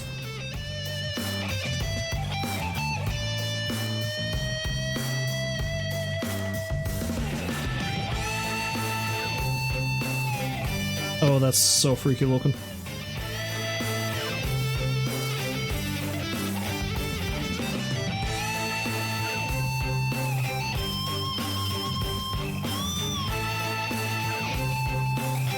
I might want to bring this in a bit further.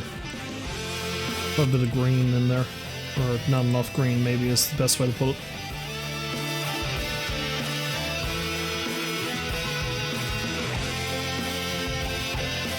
Same thing with this.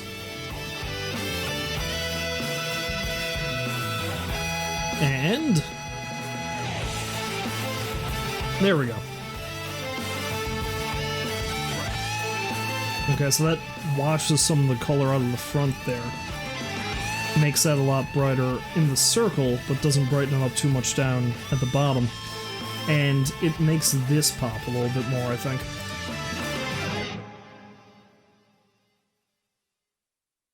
Okay, let's try that.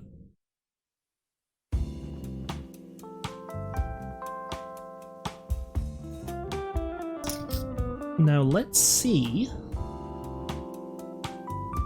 Break out our brush tool? No, that's not it. Mixer. There's a specific brush tool I'm looking for here. I think it's on the... no, it's on the clone stamp. History brush. Where be ye? Is it here? No. No, that's magic wand. It's color dropper. It's in one of these sub-menus. I know it is.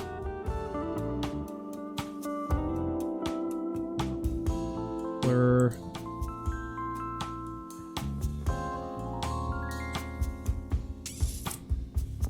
You know what? Let's go up here.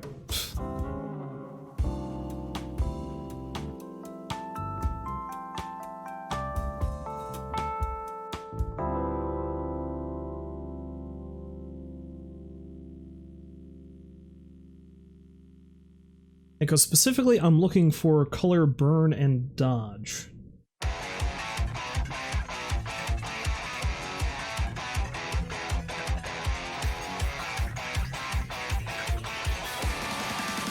I used to know where everything was here, but now it's, like, gone. I don't want to learn about custom brush strokes. Ah, there it is. Dodge and burn tool. Oh. Now, I think dodge lightens things.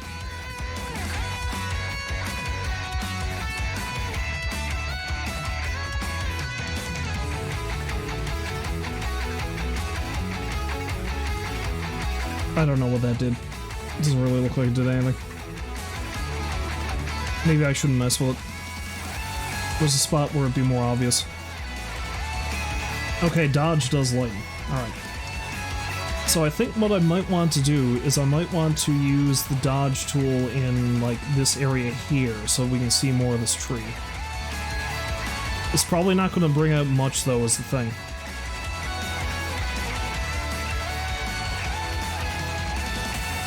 Yeah, if it's making much of a difference, it's not making much. It's probably because the tree is in so much shadow that you're not going to be able to bring out too much detail of it anyway.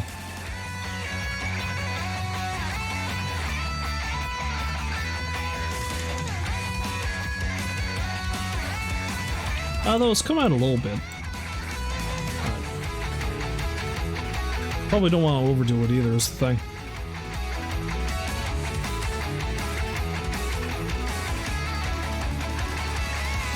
And again, I feel like I got most of the effect I wanted just by doing the pre-work.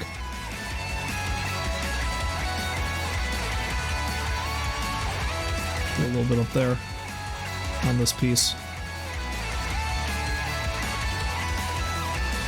Give us a little bit of color up that way. And,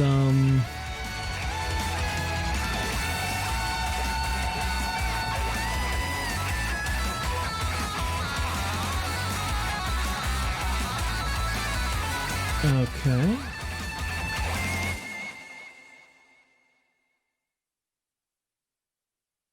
Yeah, it's not bad. I don't know if I want to do any more than that. He says as he goes back in and does more.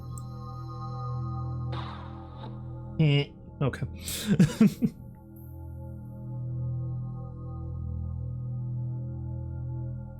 I think that's good. I think we'll leave it there.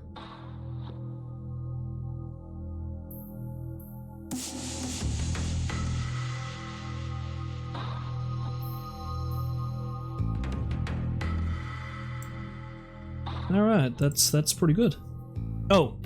The other thing I was going to mention about this, because I was going to talk about some of the stuff that's going on in the background, because, of course, I had to leave the shutter open for so long, you get to get some really cool shutter speed effects going on, because what'll happen is, I guess I must have had the shutter open for maybe 30 seconds or more, taking this picture? I don't know, maybe it tells me in the metadata. 20 seconds. Exposure time was 20 seconds. So the shutter was open for 20 seconds. And a car was driving by in the background. And that's what this blur is. Let's see if I can zoom in. Well, it would help if I actually selected the window. But yeah, that's what this blur is right here. That's the taillights of a car. Because it went by it was through and gone the entire time that shutter was open. So that shutter just took various bits of the image of the car and interpolated its path. So there's that. You can make some really cool ghost images if you play around with shutter speed a lot. It's something I did actually as a project when I was in college. Made some really creepy pictures of me and my buddy just looking like ghosts in the woods. It was nice. By nice I mean terrifying.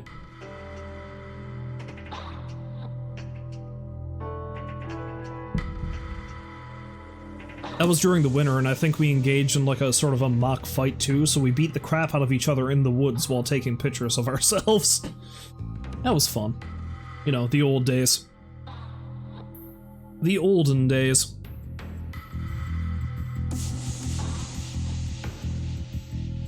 I have known this guy ever since I was a kid. We're basically brothers, and brothers fight.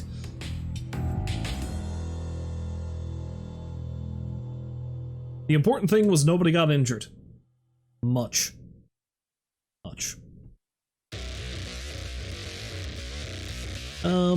Anyway, I've done quite a bit of talking, so I need to go get myself some more water. I'll leave you with the soundtrack for Yakuza still going. I just gotta go grab something else to drink and maybe pee. I will be right back. I'll just switch over the screen here. Probably good for another couple of pictures, we'll see.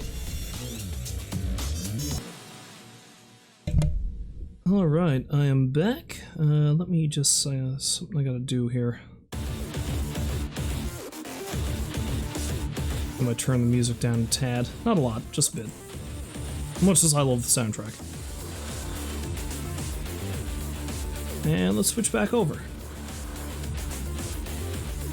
Alright. So, let's see, what can we do next? I think I've got one that I can really mess with the color with to really make it pop. Because again, some of these I like to keep them as natural as I can, others I feel like I really need to bump the color up to really give it a unique look. And I haven't really done one with a macro lens shot yet, so let's do that.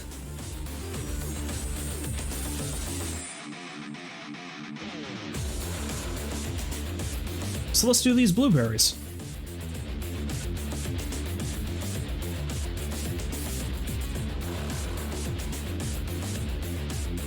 Now, this was taken back in 2015, it was September. I think this might be, I might have been out home sometime. Because there's a lot of blueberries that grow on this trail that was part of the old railway that went across Newfoundland. And, like, I walk in that trail frequently when I'm home. Like, the entire time I was growing up, I was in the woods all the time. And the great thing about that, when you get to around late summer, around the fall, there are blueberries everywhere. And it's great.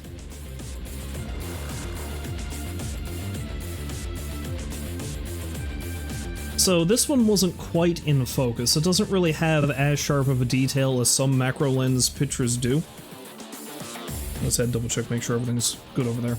But I kind of like the sort of surreal quality of this, you know? Like it's sort of in focus, but it's kind of not, so you can probably get some really good, like color effects with this, I feel. I just need to see if I can.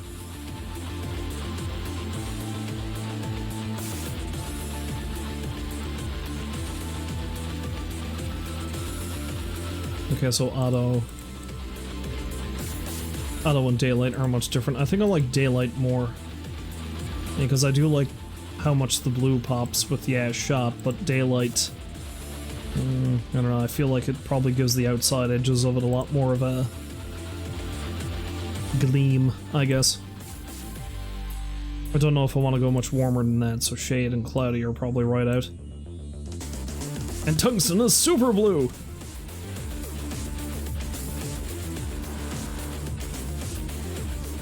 Although, come to think of it, I actually kind of like that.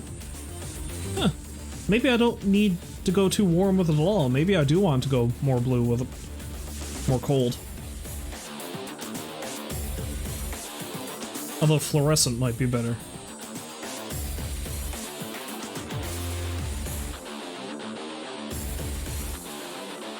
Well, I said I was going to mess with it, so let's mess with it.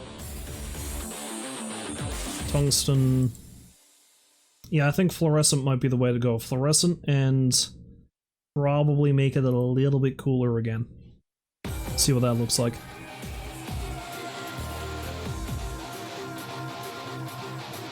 Well, before I do that, I should see if I don't bring it all the way down to flash or tungsten. Okay, so tungsten's 2850. Fluorescent's 3800, so somewhere to split the difference.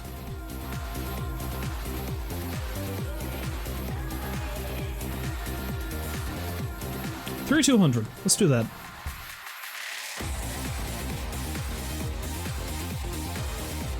Gotta make it so you can taste the blueberries. Taste that blue. Maybe it's because I've eaten a lot of blueberries as a kid, but I assume that's just what the color blue tastes like. Seems like a weird thing to say. But I mean, that's like the common joke when you're talking about grape soda, like grape crush specifically. It's like, oh, you know, what does grape crush taste like? What does grape soda taste like? And the only way you can describe it is it tastes like purple, because it sure as hell doesn't taste like grapes. It tastes exactly what you would assume the color purple would taste like. So now I make the same correlations, like blueberries taste like blue. What else would it be? Did I just eat them from the woods? The answer is yes. Which may be a bit disgusting to some, I guess, but I mean, I don't know, it didn't kill me. If there was obviously anything on them, of course I wouldn't eat them. Because especially if they were close to the trail I was talking about. ATVs go down that thing all the time, so if it's a fairly dry day, they kick up a lot of dust and the berries get covered in dust. So then you don't eat them. Whenever I used to go berry picking with my parents, like, I would very frequently not really collect all that many, because for every one I'd pick, I'd probably eat 2 or 3. If it doesn't kill you, it makes you stronger. Pretty sure we're probably immune to any virus now. I don't know about any virus, but I've got a pretty healthy immune system. Must be all those blueberries I ate. But yeah, seriously though, when I used to go berry picking with my parents, because that was a thing we did a lot when I was a kid, there was a specific cove we used to go to that had a lot of berry bushes in it. There was a lot of black currants, raspberries, blueberries, whole 9 yards. So I'd fill up the cup to it, maybe, because I just had like a little plastic cup I used for myself. They had beef buckets and stuff. And I used to fill it up to about that much, and I'd be like, you know, it's like, oh, it's starting to get pretty low again. Dump, dump.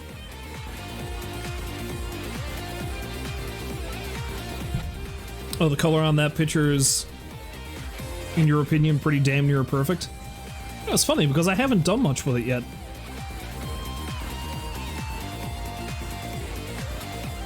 Although you're probably right, I don't know if I want to mess with it too much. Let's adjust the tint a bit and see what happens. It's at plus 21 now, I'll have to keep that in mind. Ooh, I kind of like the effect that happens when you go down to the green. Of course, that's a 32. It's 21. No, it's probably better with a bit more violet. Or purple.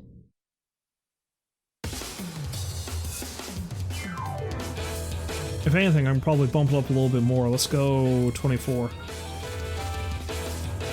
Yeah. Yeah.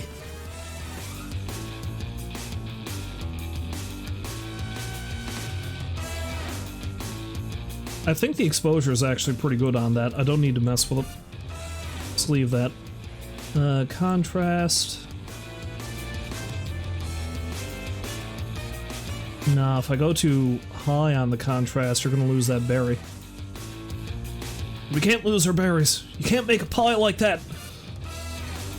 But maybe a nice blueberry pudding would be better, come to think of it. Damn, I haven't had a good homemade blueberry pudding in forever.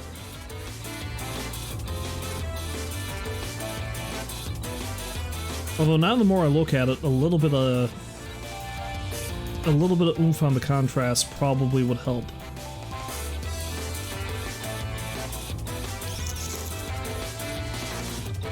Yeah, plus 11 is still too much, plus 10. There.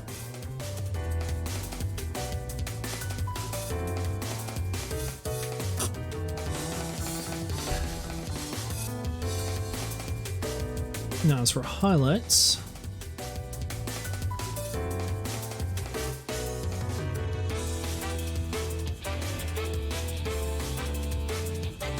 I frequently slide it to one extreme to the other to just basically get like a fairly decent feel of what the change does, to see which one I like better.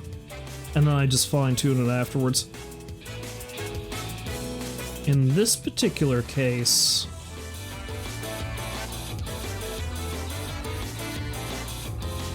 I think I want to take the highlights out of them.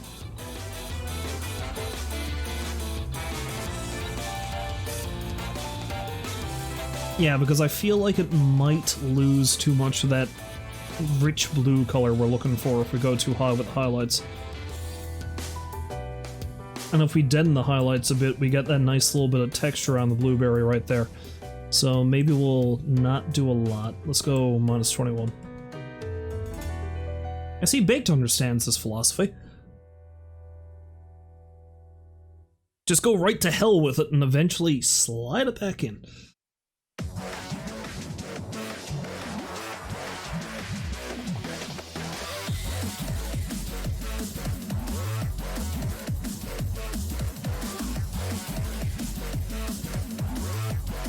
No shadows whatsoever.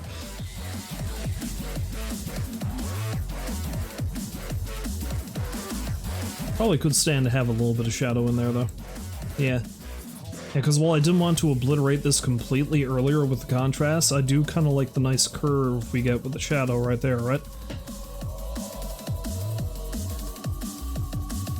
Gives us some pretty good definition. Like it's been hitting the gym or something. You know, like muscle definition and stuff. I don't know where I was going with that joke. Totally ripped blueberry! That was probably the name of some kind of extreme cereal from the 90s. It's that hip new brand of Captain Crunch or whatever.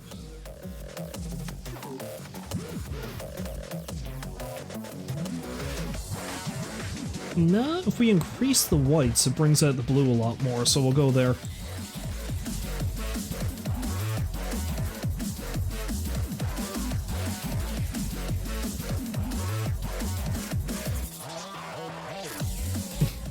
Real dark.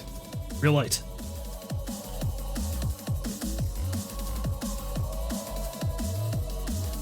Though I kinda like it, yeah, we'll give it a little bit. Yeah, nah, -7's probably fine. Yeah. Yeah. Alright, texture. This is probably nothing I really need to mess with too much. Or is it? Because I didn't think it was too sharply defined, even though it's a macro lens, but if I bump up the texture, it kind of is. Like this bad boy right here has got like a nice little haze around the end of it there, right? And you can kind of see the berry skin. It's showing us some skin, that lewd berry.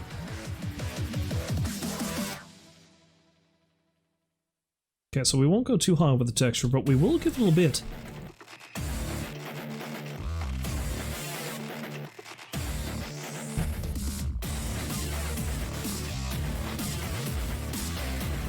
Once more with clarity.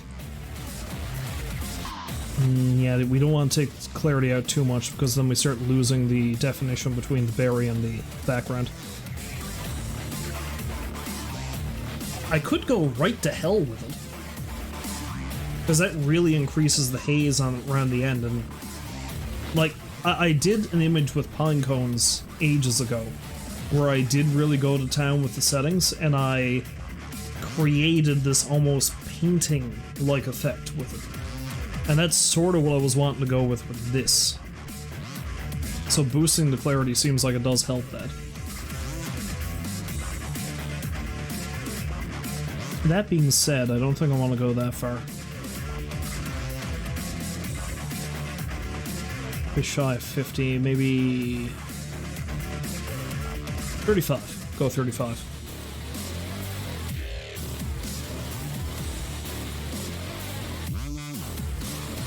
Now, the dehaze is a dangerous thing to use sometimes, though I've been using it completely. Because it can wash it out, it can make it too dark. It does give you a really nice effect in the background if you've got a really blurred image in parts. The dehaze can really blend that together and make that stand out. Or at the very least, give your image a canvas from which to stand out from. But if I go too far with that, it darkens up.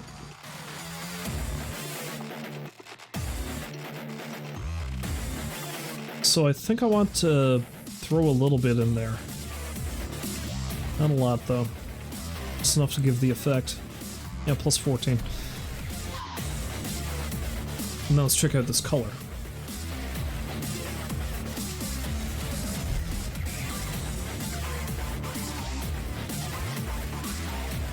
Super vibrant! Oh my god!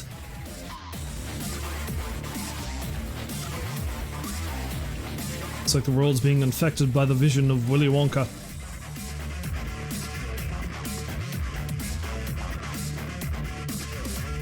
It does need to have a bit more vibrance though if we want to bring that blue out, so we'll go 30. We'll go right to hell with it, but...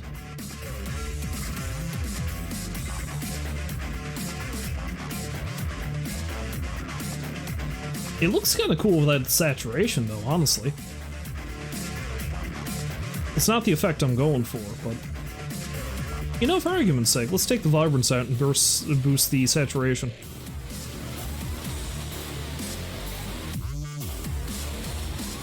It looks pretty cool, but it's not what I want. Not right now. Maybe some other time.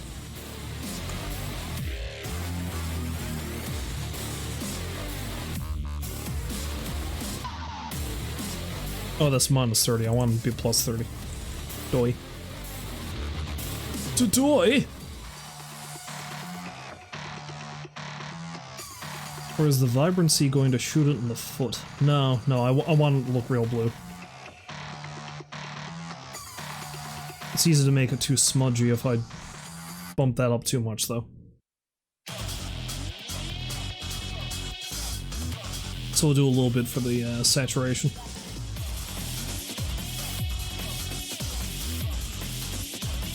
Now, do I want to do any vignetting? A little bit. I always do. I don't know why. I always throw a little bit of vignetting in there, no matter what the picture is.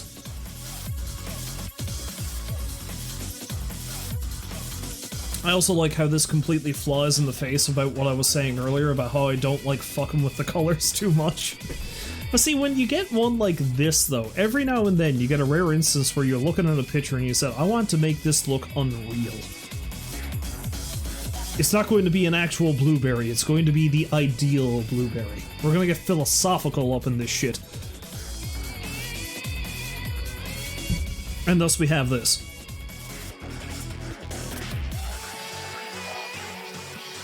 Oh, that looks really nice, actually. I like that. And originally I wasn't going to do anything with this picture because the berries weren't fully in focus, but I'm glad I did after. And I'm not even going to crop it or anything because the fact that we have all of this hazy empty space on the left here, like that kind of helps accentuate what's going on here. That is kind of a light blue, which is nice. It kind of ties everything together. Maybe, I don't know. I'm just probably spouting bullshit at this point. I never claimed to be great at this.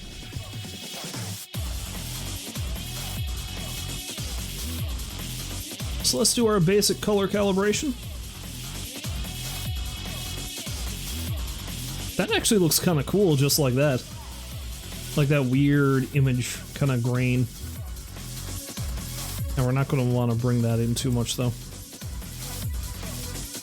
Ah, now see, this is an image where we're going to want to go all the way in with this because there's not a lot of red in that.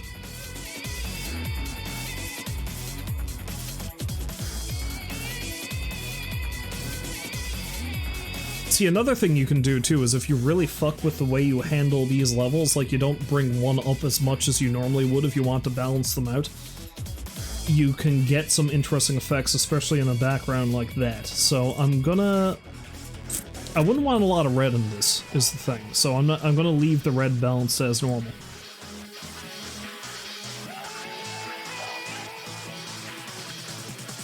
I might bring all of them in as normal when it comes to balance, and then I'll screw with it afterwards. The blue is the one we'd really need.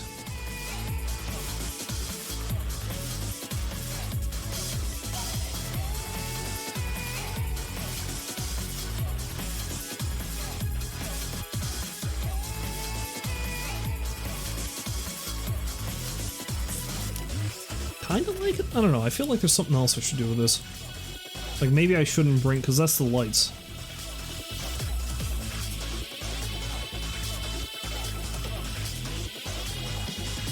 Although the more that I bring that up, the bluer it gets.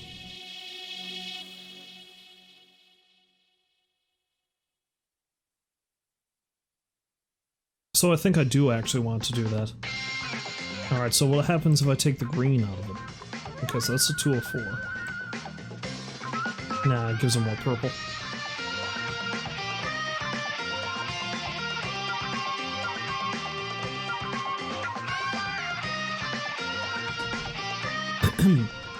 Ooh, what happens if I screw with the blue midpoint? Yeah, let's try that.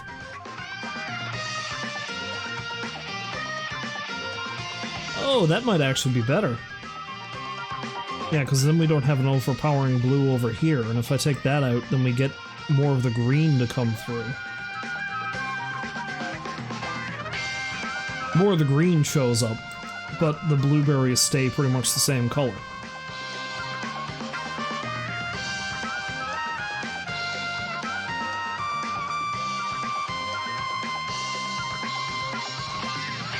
Maybe. Alright, let's fiddle with, Okay, so the green's at 3 there. What happens if I go... Nah, it's too dark. It's more purple. So what if we screw with the red? Nah, it's more green then. It's all about the color balance. I completely neglected to remember what number that was at before. I think it was around there. Yeah, so that's a 4. Okay. Alright, yeah, let's bring that red in a lot further.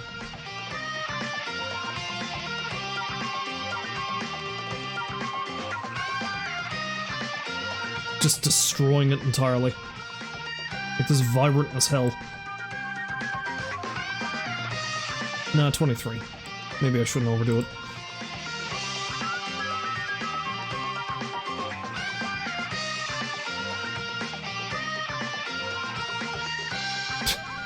Midpoint goes below the low point. No. I do think I need to bring it down a bit, though. Let's... well, 60. Let's try 60. I may have ruined it. I don't know. But I did specifically pick this one because I wanted to do something like this with it.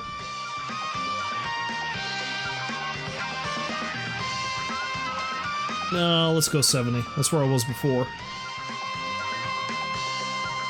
That doesn't quite kill it then, I think. Yeah.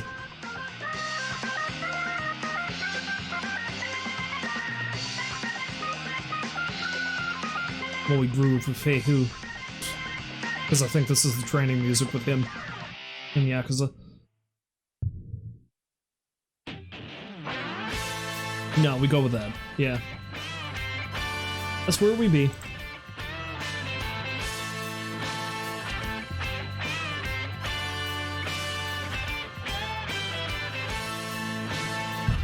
Alright, what time is it? Yeah, we got time for one more. Maybe just one more. Then that'll give us like a nice 5 to end off with.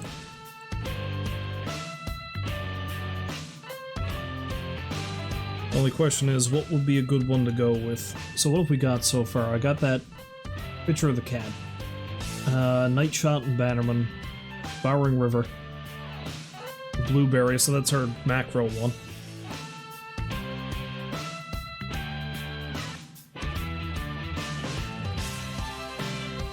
Oh man.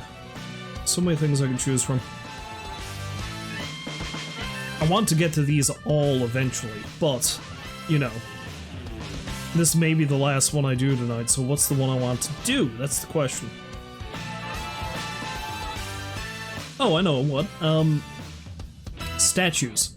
I love taking pictures of statues, because, I mean, it's like taking a picture of a person, but you don't have to direct them, you know? I actually have not taken very many pictures of the actual people, because I just feel embarrassed taking pictures of people. Statues don't care, though. Alright, so I've got a couple here of different statues that are in a place called Pippi Park.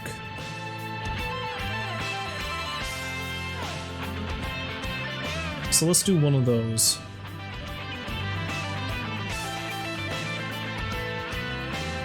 This one seems interesting. Let's try that.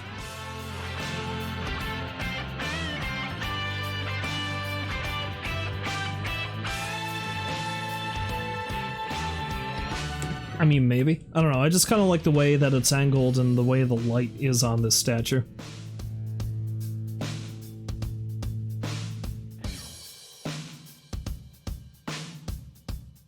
Is that the one I want to do, though? I'm gonna have I'm having second guesses now about that. Nah, screw it. It's gonna need to be edited eventually, so let's do it. So yeah, this is just some random statue of a shepherd in Pippi Park. I cannot for the life of me remember what the point of it is, because it's been a while since I've been in Pippi Park. A friend of mine probably be able to tell me. She pretty much lived in the park for a while because I think her grandparents were caretakers for a bit or something like that.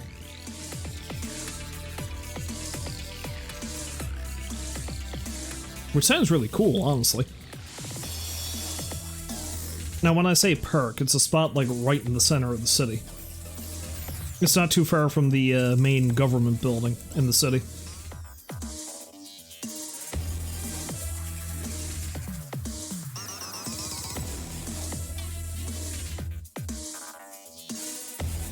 Now this might be another one where I experiment with trying to make it black and white, because black and white pictures of statues usually do stand out pretty well. I don't know if it would work well with this one though, because it's got like that big empty blue space there, right? Which I feel like that would not be as interesting looking if it wasn't in color. And the contrast between the statue and the rusty... What is that, a crook? Yeah, shepherd's crook is what they call it. By hook or by crook. Which is probably where that phrase comes from, come to think of it.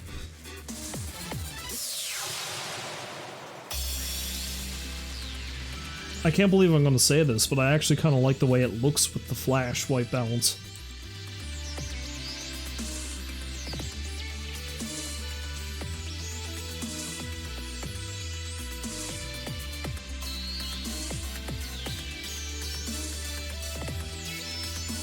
Yeah, I'm gonna go with that. Because I don't want it to be too warm, but I also don't want it to be too cold. I don't know. I think I will hot that up a little bit, though.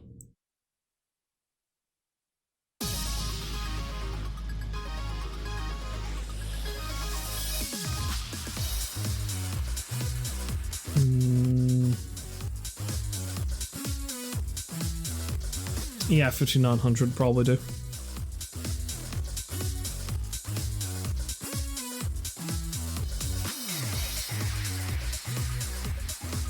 $5,900 and yeah, purple tint's probably a bit much. So is green.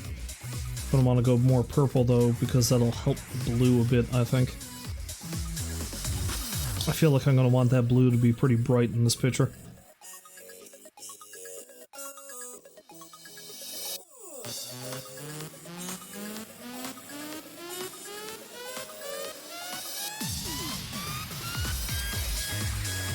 Oh, no problem there, Rolls. You didn't miss it, because I honestly don't really know what the statue is. It's a statue of a shepherd. But I don't know what the story behind it is, because this, again, most of the pictures, I think all of the pictures, except for the picture of the cat that I've done tonight, I took back in 2015. And I have not been back to this park since then. So I can't remember what the statue is for. I think I might ask, the friend of mine who knows more about the park, who I actually went to that day to take pictures. Maybe I'll ask her. She'll probably know more than I do about why the statue is here and what purpose it serves. I think I might want to expose it a little bit more. Yeah, let's go 20.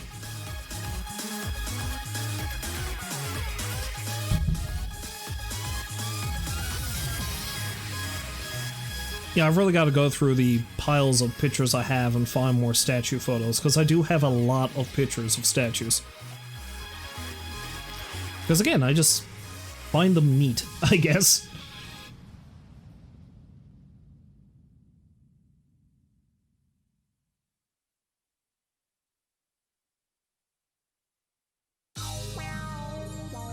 Oh, now we're getting into the Cabaret songs on the soundtrack for Yakuza 0.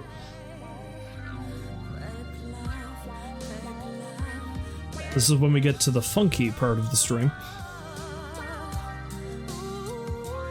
I think a lot of contrast is going to be good.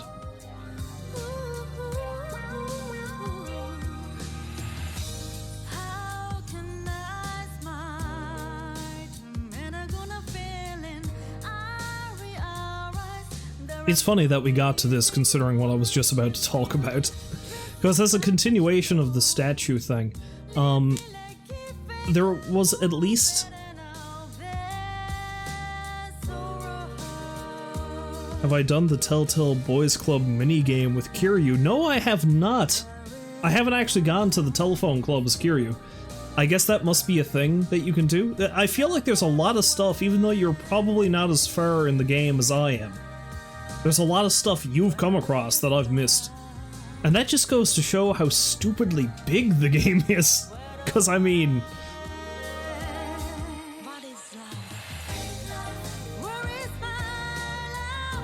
Next time I play as Kiryu, which I don't know when I'm going to be able to switch back over to him, I'm going to have to do that. I think I know where the place is, so... Anyway, I just derailed my train of thought. Anyway, yeah, it's interesting that we just cut into this part of the soundtrack, because as a continuation of my, what I said about how, you know, I find it neat and interesting taking pictures of statues. Especially in this city, one of the places that you find the most statues are graveyards. Because there's a lot of really old graves in many of the graveyards, and a lot of the older tombs have big statues attached to them. So there was, I think, a period of a year, maybe two, that I went to every cemetery in the city that I could get to, and I just found interesting graves to take pictures of. It's a bit morbid, but I actually kind of like hanging out in cemeteries sometimes. A lot of interesting history there. Especially in a city as old as this one. Granted, I feel like a lot of the old graveyards are lost, or they've been dug up and moved elsewhere, but... Like, I mean, you still got graves in, I think, even the cemetery that's right next to my apartment that go back maybe 250 years? Something like that? So there's that.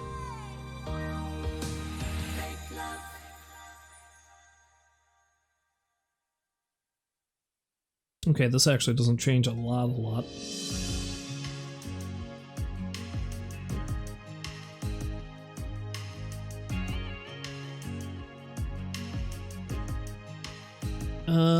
Honestly, I kind of want to take the highlights out of it, because if there's too much in the way of highlight, then you kind of wash out the details of the statue itself. So we're going to want to keep that on a minimum.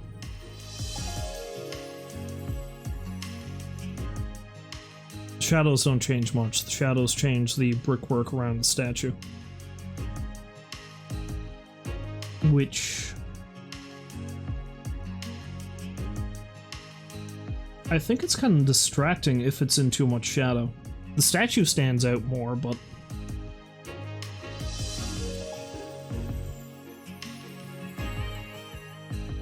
Although maybe not. Maybe I'm wrong. Maybe it does need a bit of a dark background so it stands out.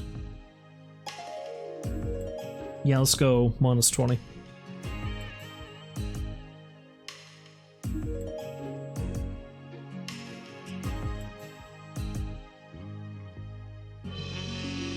Okay, I'm gonna want the whites probably a bit high, because that way the sky stands out a bit more. So we'll go 16.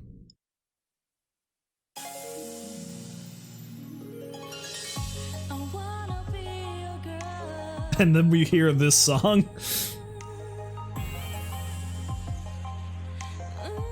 Which I actually really like, if I'm being honest. Maybe I've just heard it too much. Goddamn Cabaret Club minigame. You have no idea how excited I was last night when I actually pulled that minigame off successfully. This game is amazing even in the R&B.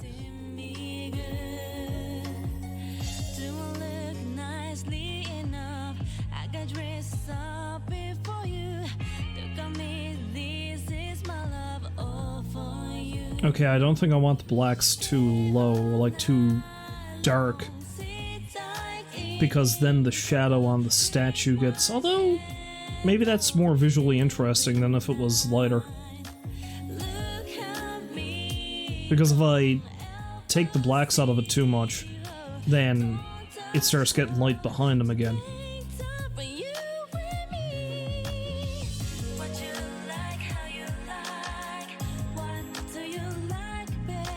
This fucking song.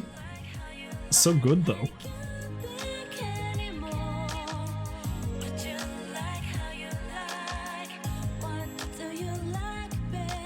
Interestingly, this picture probably would benefit from having the texture really high, because it lets the weathering of the statue stand out a lot more.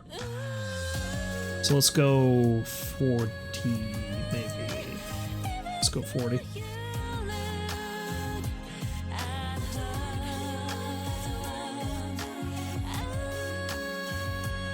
See, some of these settings, like, depending on what the image is of, you can see the benefit of cranking it up real high. I like the texture with this one. But, like, clarity is one that never seems like you want to go too far with. Although it doesn't look bad on the high end, but if you lower it too much, it just becomes a fuzzy mess. No, I don't think I want to go that high with clarity, though. 20. And a lot of times when it comes to editing pictures of statues, I find that you want to overemphasize the grain of it, you know? Like, just to have it really pop out at you.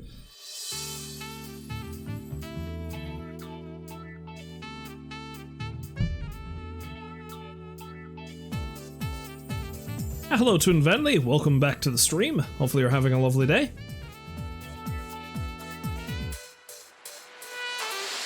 This is a bit of a different stream for me, in case you haven't noticed.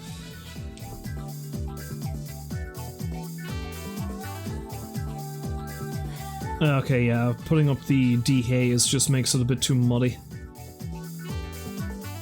Although lowering it kind of makes the sky wash out, so I don't like that either. So I feel like... Do you see a statue with minimal to no poop on it? What? Well, this statue is relatively sheltered in a park in the middle of the city. So there's a minimal of poop on it.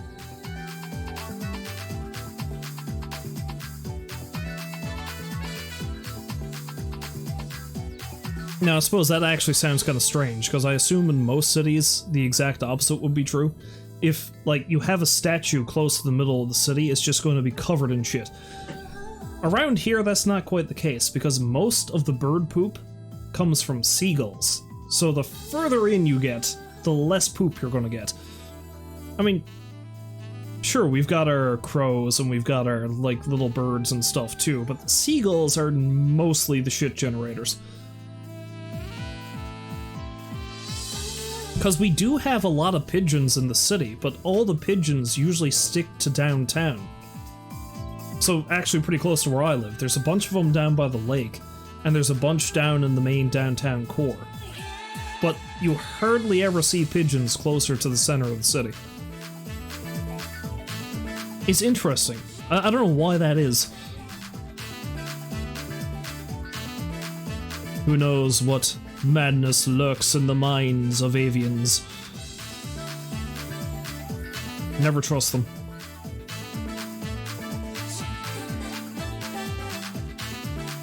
Excuse me while I groove to the song. With its wicked sax.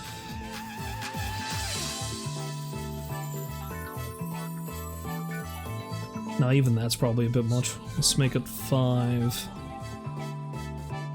I mean, it's not much of a difference.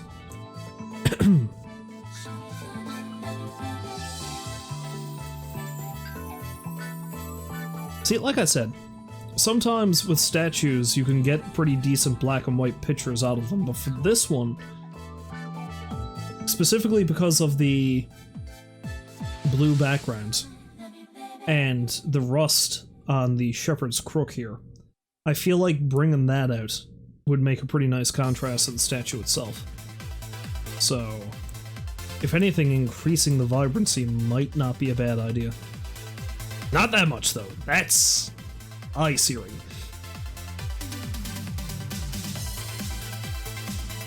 Yeah, plus 25. Plus 25 is a pretty good one.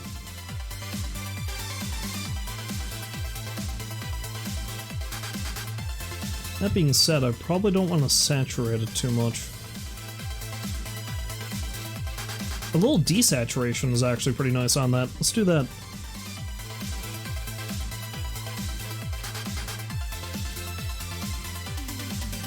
Bearing in mind, of course, we're just going to do some further color edits when we get into that.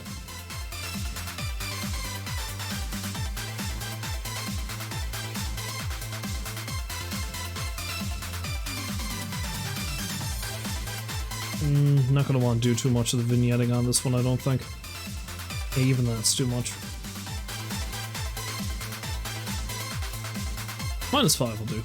Let's do -5.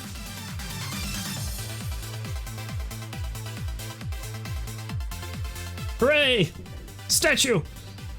I don't know why I said that. It'd just be. I'll zoom in a bit further on this so you can see a bit more of the detail. But yeah, you can see in the various places it's weathered. Like there's a bit of the cheek gone there. This is gone, kind of weird, like rusty colored kind of thing. Looks like some of the detail's been worn away on the coat here. Well, the inside of the coat.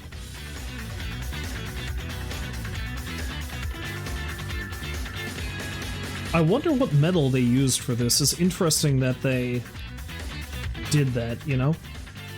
Because it looks so incongruous now with the statue after however long the statue's been there. Well, I mean, clearly they probably wouldn't have been able to easily make a statue work crook to go along with the shepherd itself, but I don't know. I don't make these things, so I wouldn't be able to tell you.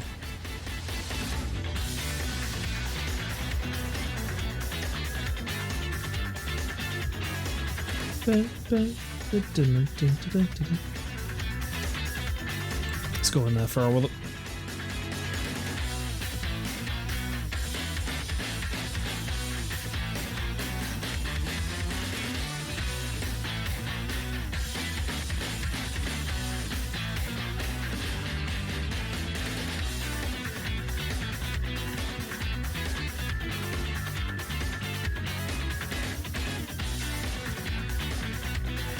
Okay, yeah, that's not too bad.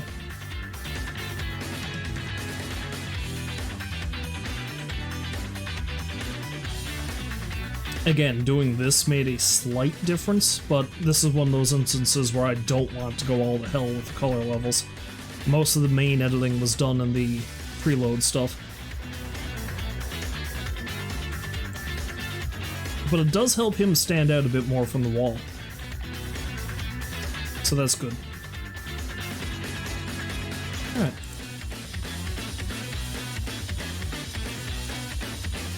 Yeah, this one I wasn't sure if I wanted to edit, but I just really like the angle of that picture and the way he's kind of framed by the wall.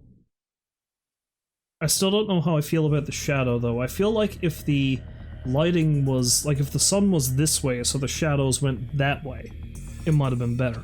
Like if he didn't have that shadow on his face. But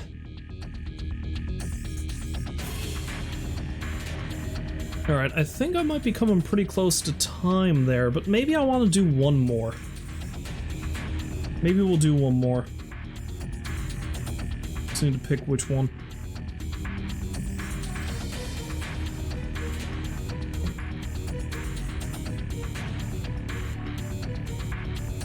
I might have a couple of pictures from out home. Let's try one of those, maybe.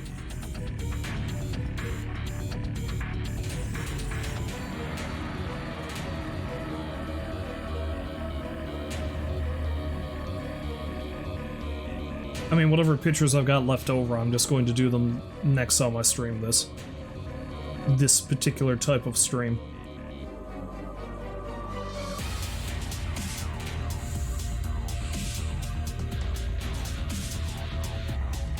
See, I got a few I can use, but I'm not sure which one I want to do right now.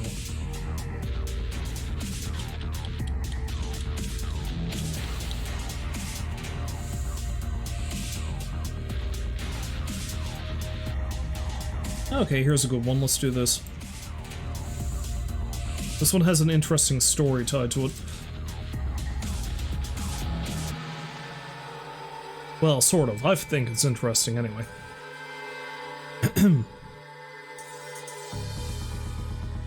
The picture itself is not terribly interesting because it's just a bunch of beaten up old park benches, or park tables. Picnic tables, that's the word I'm looking for. But this right here is a spot called, as you can tell by the file name, Murphy's Cove. And the thing about Murphy's Cove, well, let me just figure out what I want to do here for the white balance before I get into the nitty-gritty of that.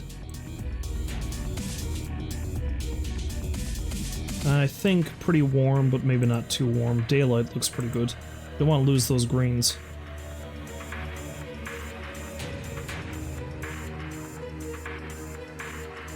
Actually, there's a couple of interesting tales I can tell about this. Alright, daylight's probably pretty good. I might want to make it a little bit warmer. It's currently at 5500.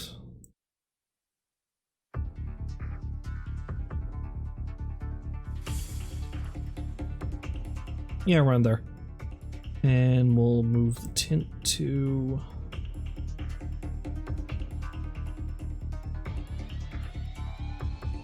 Well, there's a lot of greenery. Do I want to go for the green side of things, or do I want to balance the green out?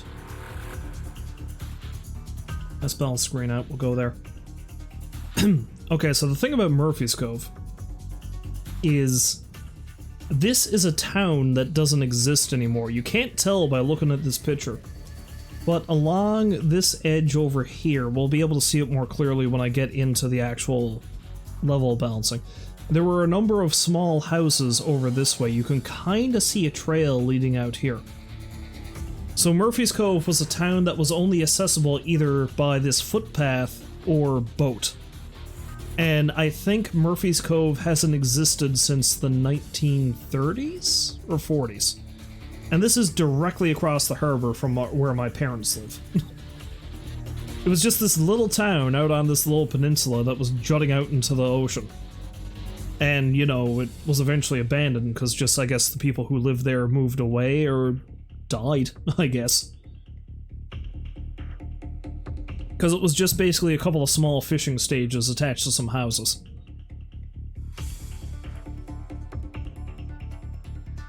It was one of the several really tiny communities that only had maybe max a dozen people living in it along the shores of Newfoundland back in the day. You can still see the foundations of some of the houses, which is neat.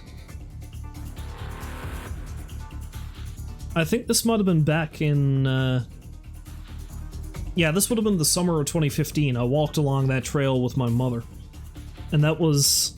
it's a 7.7 kilometer hike, is what it is. You go all the way down along the coast one end, and all the way up the other.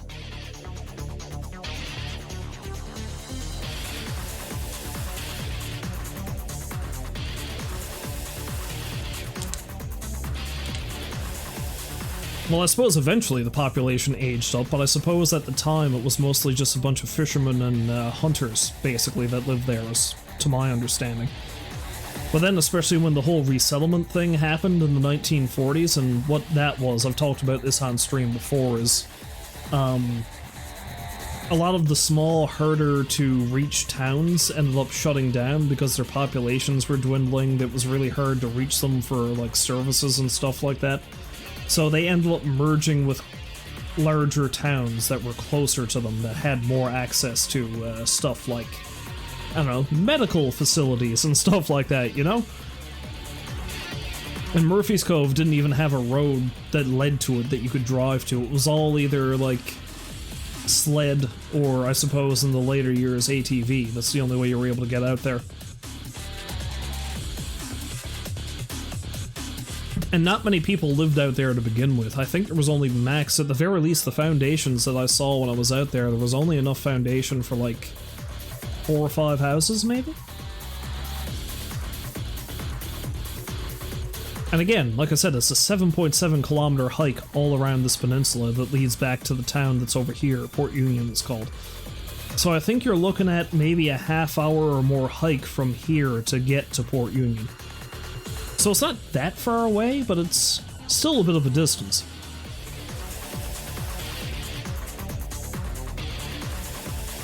Because this is near the end of the trail. It's 7.7 kilometers if you go out towards the point that way. Come up around, come down here.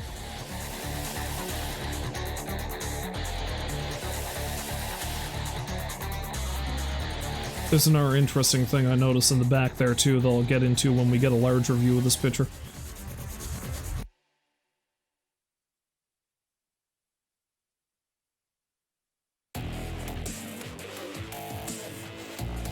Yeah, more highlight.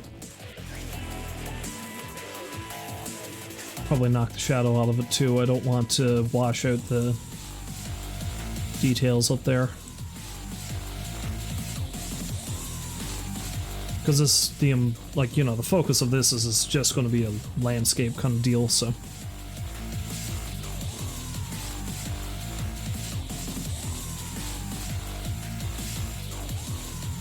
So yeah, maybe like a nice bright sunny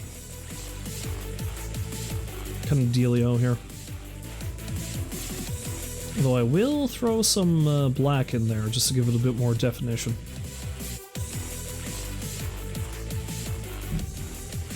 Man, I went through that water pretty quick, but this is more talking than I usually do during a stream. Though I talk a lot when I stream, I've noticed. Super texture! No.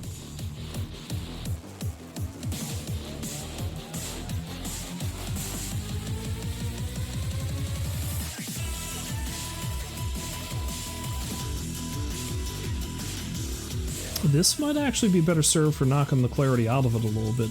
Let's go -8.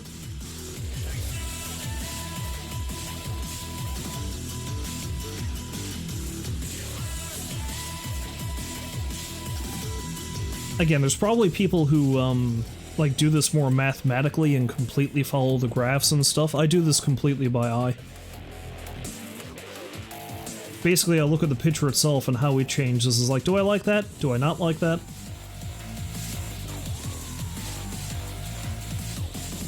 Alright. So what happens if I knock the vibrance out?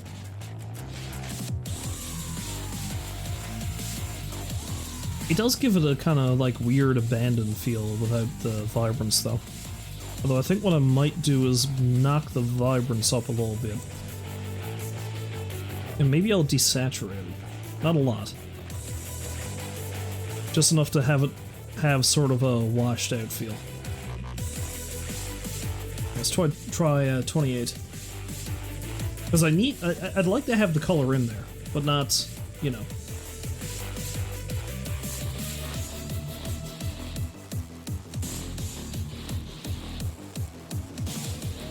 -34. 34. Alright, then we'll go back into our effects, and we'll do the vignetting. Probably the darker vignetting, because that's usually the way I'll go. Open that up. Alright, so the other interesting thing I was going to point out, now you can't see it as much here because it happened further down the peninsula, but if you look closely up top here,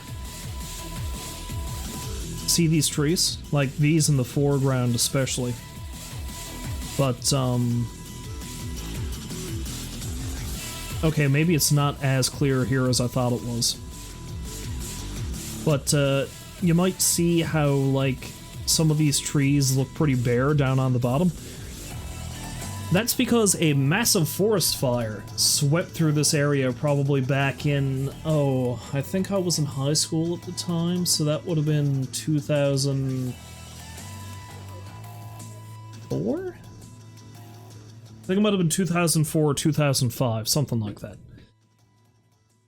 But anyway, it was this great big forest fire you were able to see from basically every point of Catalina and Port Union, which is the two towns which are pretty much where I grew up. And you could see the fire just raging right across. So they had to bring in the water bombers to put out the fire and everything. Because while nobody was living out this way, that forest stretches all the way down to Port Union, so if the fire spread that way to the, to the right of this image, the town would have been in trouble. So even now, like, this picture was taken 6 years ago, but if I were to go out there now, you could still see the swath of dead trees from where the fire ripped through it. There's a bunch of new growth growing underneath it, but these are, like, trees that take a long time to reach their full maturity, so I think it's only just now that some of these trees are growing up to the height that used to be over there, and they're just growing in amongst all the dead stuff. So, you know, there's that. That's a thing that happened.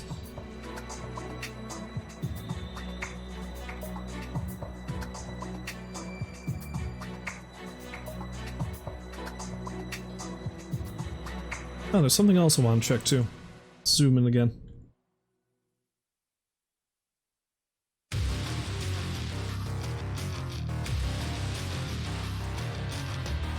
Okay, a little bit of that there doesn't look... It's too blurry to zoom in too far, but that looks like it might have been part of something at some point.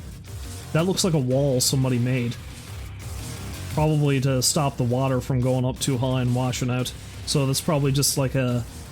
whatever stones they happen to find, they bricked it up there so that they could, you know, save it from washing out. And that would have been back when people lived over this way. Because I think just behind where I'm standing when I took this picture, there is an overgrown basement from a house that was over here. And I think there's another one down there at that edge, because around here is where they would have brought their boats in.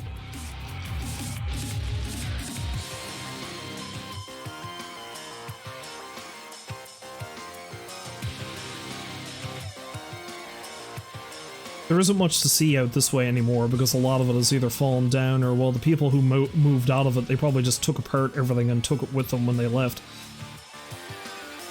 Okay, yeah, I don't know if I want to worry too much about the sky. Let's go here. It's really interesting checking out abandoned places, though. There's an old radar station that's abandoned just outside the city limits here I've been to a couple of times. It's really interesting. It was one they put up during the Second World War. I think the American military handled it. Yes, it was an American radar base.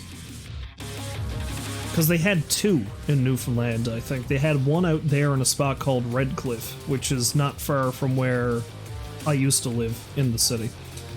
And the other one is actually not far from where I grew up. It's in a spot called Elliston, or it's pretty close to Elliston anyway.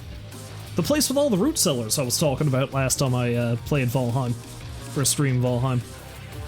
The interesting thing about that is the radar station so close to St. John's, the capital city, they just left to rot, left to fall apart. So all the stuff that's up there, the buildings are still standing, the bunkers and stuff, you can go see it. However, the radar station that was out near Elliston, which is a much smaller town, they leveled it completely and filled it in with rocks. So there's nothing out there anymore where the radar station used to be. I always find it funny that they did a better job of cleaning up that place out there than they did in here. I don't know what the deal with that is.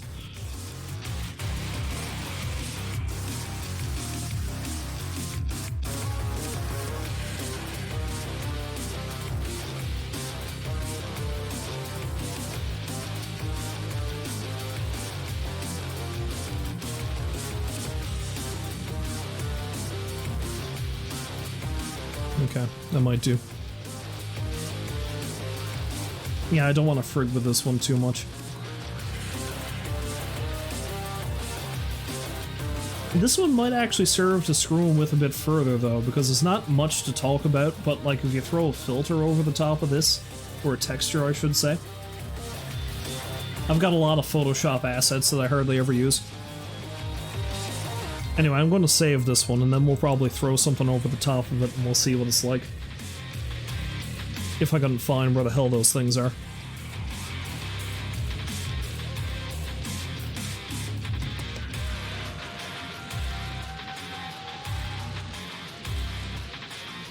See, I kind of like this scene, right?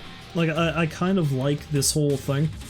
The thing I don't like, though, is the fact that the day I took this, it was pretty overcast, because all you can see in the back is just this white wall, where it was just nothing but cloud. If we had one of those days like I was talking about, which I find are best for taking photographs with like patchy clouds and bright sun, that background would have been a lot more dynamic and the lighting would have been better, but, you know, you can't control the weather. Yet. When my cloud seeder is operational! I mean, you didn't hear that, never mind. They will rue the day— I'm sorry. I seem to, you know, be getting the crazies. Maybe I've been editing too many photos.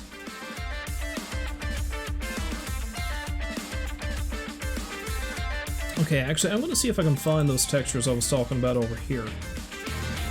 So I've got that saved.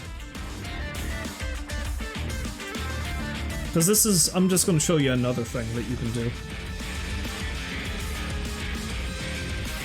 Once I find out where I put them.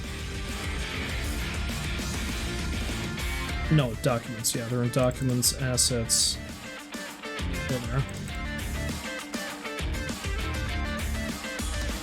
Alright, so there's actions, which are like— because there's this website called Design Cuts, and they have like massive deals on various graphic design assets sometimes. Like, you'll get a bundle of various fonts and textures and backgrounds and brushes and shit like that. That all told would typically cost like $3 or $4 grand, and they'll be selling it for 30 bucks, you know? It'll always be a hodgepodge of things. Anyway, so there's this Photoshop action thing you can do, which changes, like, it gives you a certain effect, and you can throw a texture pack on top of that texture pack, like it's fucking Minecraft, a texture filter over the top of that, and change the feel of the image. So, let's see, this is a, yeah, Twin Brush Vintage Action Set is the one that I use. The image that I used for the title card for this particular stream, that's what I used to make that. So if we hit play on that, it'll chug through and take a bit to put it all over. And now we wait.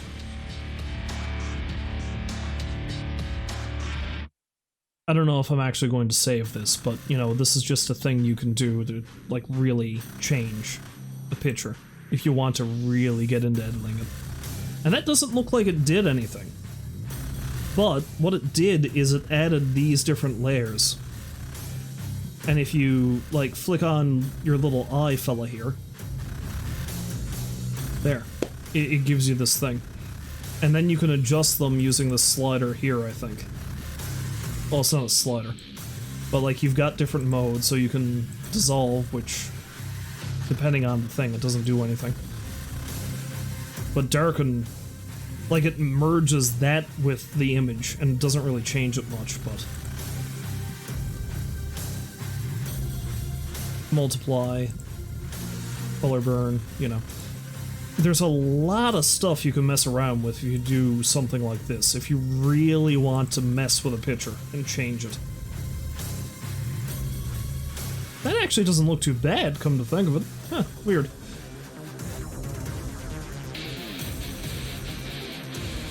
Oh, and if you mess with the opacity too, it changes it.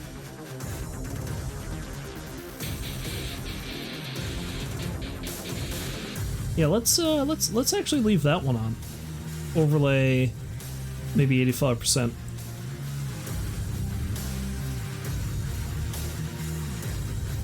Cool. Alright, so, but, like, that's one, and here's another one that you can do. Basically, it gives vintage feels to, these pictures. And that one looks real old-timey. That one might be good, too. Let's fuck that one, fuck around with that one.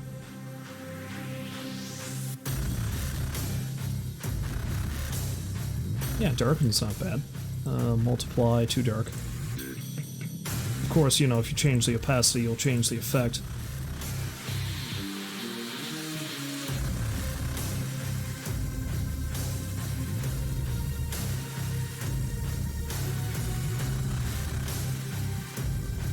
The darker color one probably looks best on that.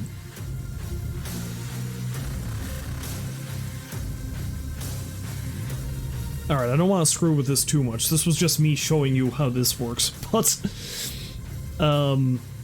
I also kind of like it, you know? So, let's see. Okay, so that's Vintage 3. So which one do I like more? Do I like that one? Or do I like this one?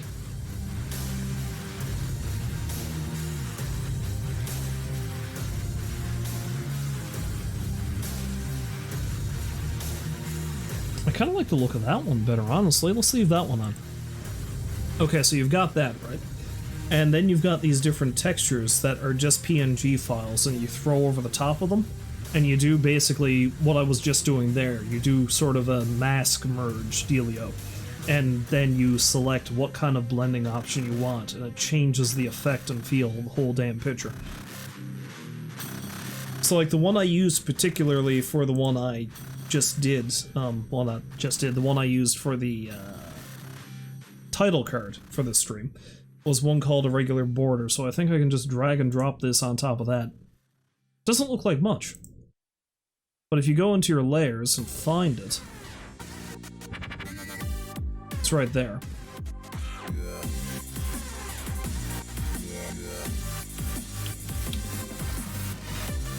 Alright, so I've got that selected. And then you go into your properties, I think. Adjustments?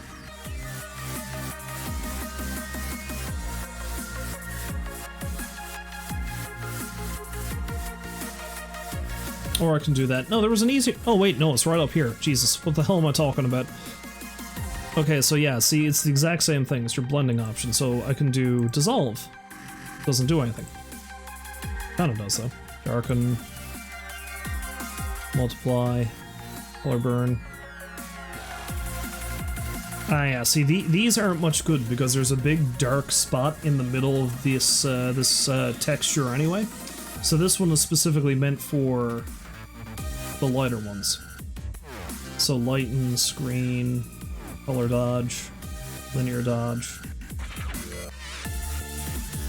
Yeah, overlay doesn't work either. Yeah! The violet's hard on the eyes.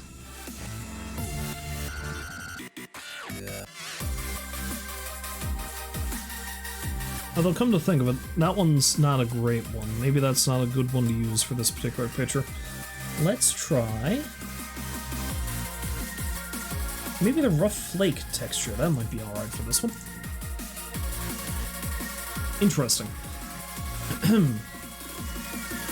Well, dissolve doesn't do anything really for that one. Darken. This is another one that I think, it's mainly meant for the lighter options.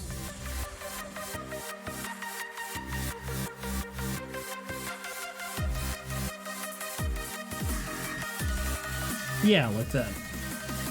Maybe this isn't as interesting as I thought it would be.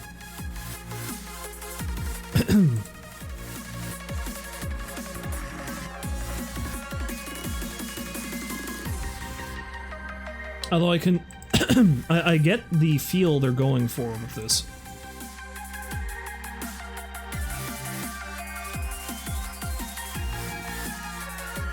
I don't know how much I like it, though. I haven't played around much with this texture stuff.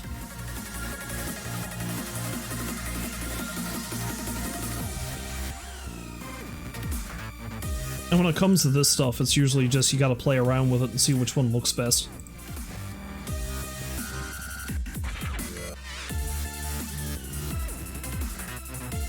Well, that looks like some interesting corruption going on there. Yeah, the exclusion actually doesn't look bad for this one. Oh god, now Yakuza is gonna come take me out. Turn around, motherfuckers coming at me on the motorcycle.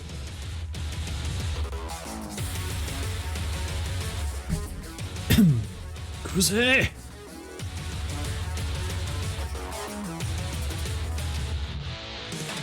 Listening to the soundtrack of Yakuza just makes me want to play Yakuza. Okay, Hue doesn't really do anything. Alright, so let's just pick a random one. I can't be at this forever. Especially for something I was just going to say. It's like, hey, it'd be interesting to show the fine people this other thing you can do with this stuff.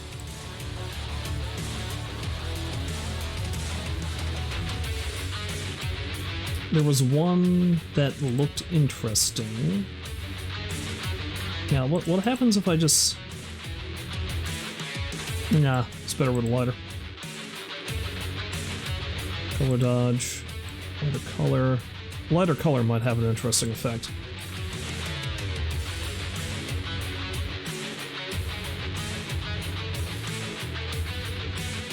Yeah, see, so you make something like this and it makes it look like an old messed up picture, for example.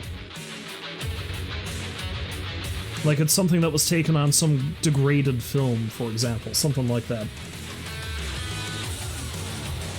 It's not the kind of thing I play around with too much. Normally when I take a picture, I just try to make the picture look prettier, I guess. Just by dealing with the colors and the exposure and stuff like that. But sometimes it's fun to play around with this stuff and see what you can get. Like, this isn't bad. I feel like there's probably another texture over here that would probably work better. Like, the old cracked paper one mightn't be too bad either. But I'm not going to mess with that right now. I might save this one for now, just to see what it's like. So I'll call that Murphy's Cove E. So it's in edit, I guess. We'll see now if this is something I'm actually going to remember when I check these files afterwards. What the hell does E mean? I don't understand.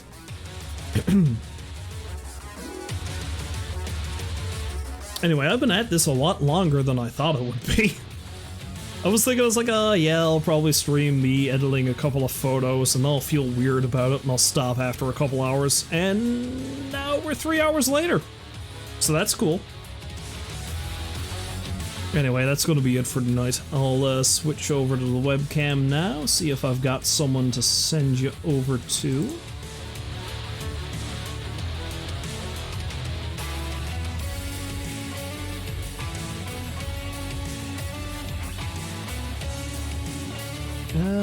Vi beat Fu, maybe. Vi is currently playing Destiny 2, so I'll probably send you on over to him, maybe. Just let me... What am I doing? Just let me... What am I doing? Okay, you know what? I have to finish listening to the rest of the song, though.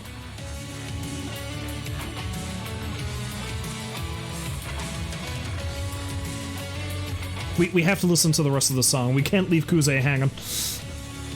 It's only a couple seconds left.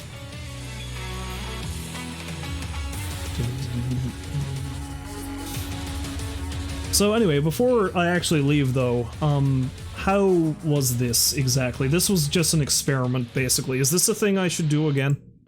Because I've got a load of pictures. I got a pile of stuff I can go through.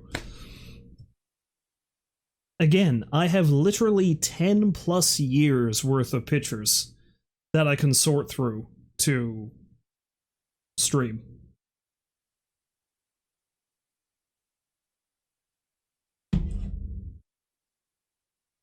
Oh, well, I mean, that's too resounding. Sure, why not?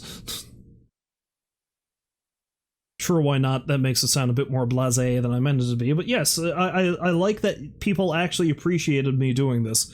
Because it's fun to go through these old pictures that I've taken and actually do something with them. Now, I don't know if I'm going to do anything with them after I edit them, but it's nice to kind of doll them up and see how good they can look, you know?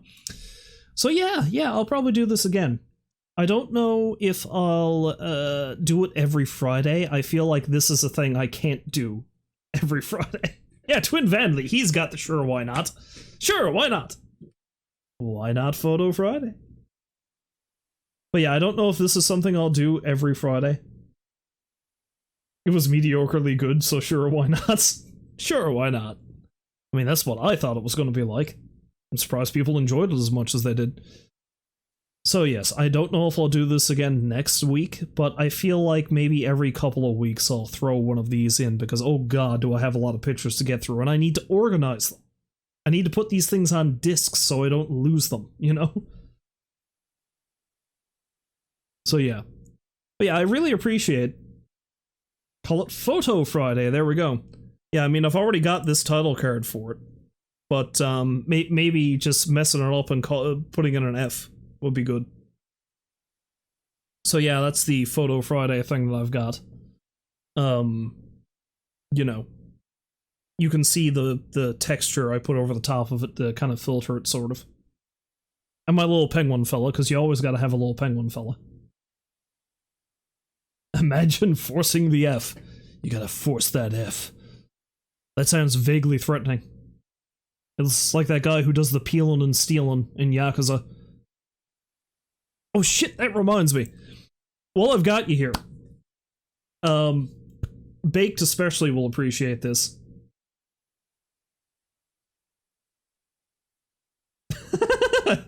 That's an interesting quote to pop up. But yeah, seeing as how I mentioned the dude who was stealing pants when I was playing Yakuza yesterday, you know how I mentioned that I thought he was a character who showed up in the series later on? I was right. I had to look it up because, again, I don't know too much about the later games in the series, which are technically the previous, because I think Yakuza 0 came out after the first 3 or 4, and it's a prequel. Anyway, the kid who looks like an adult who was stealing pants.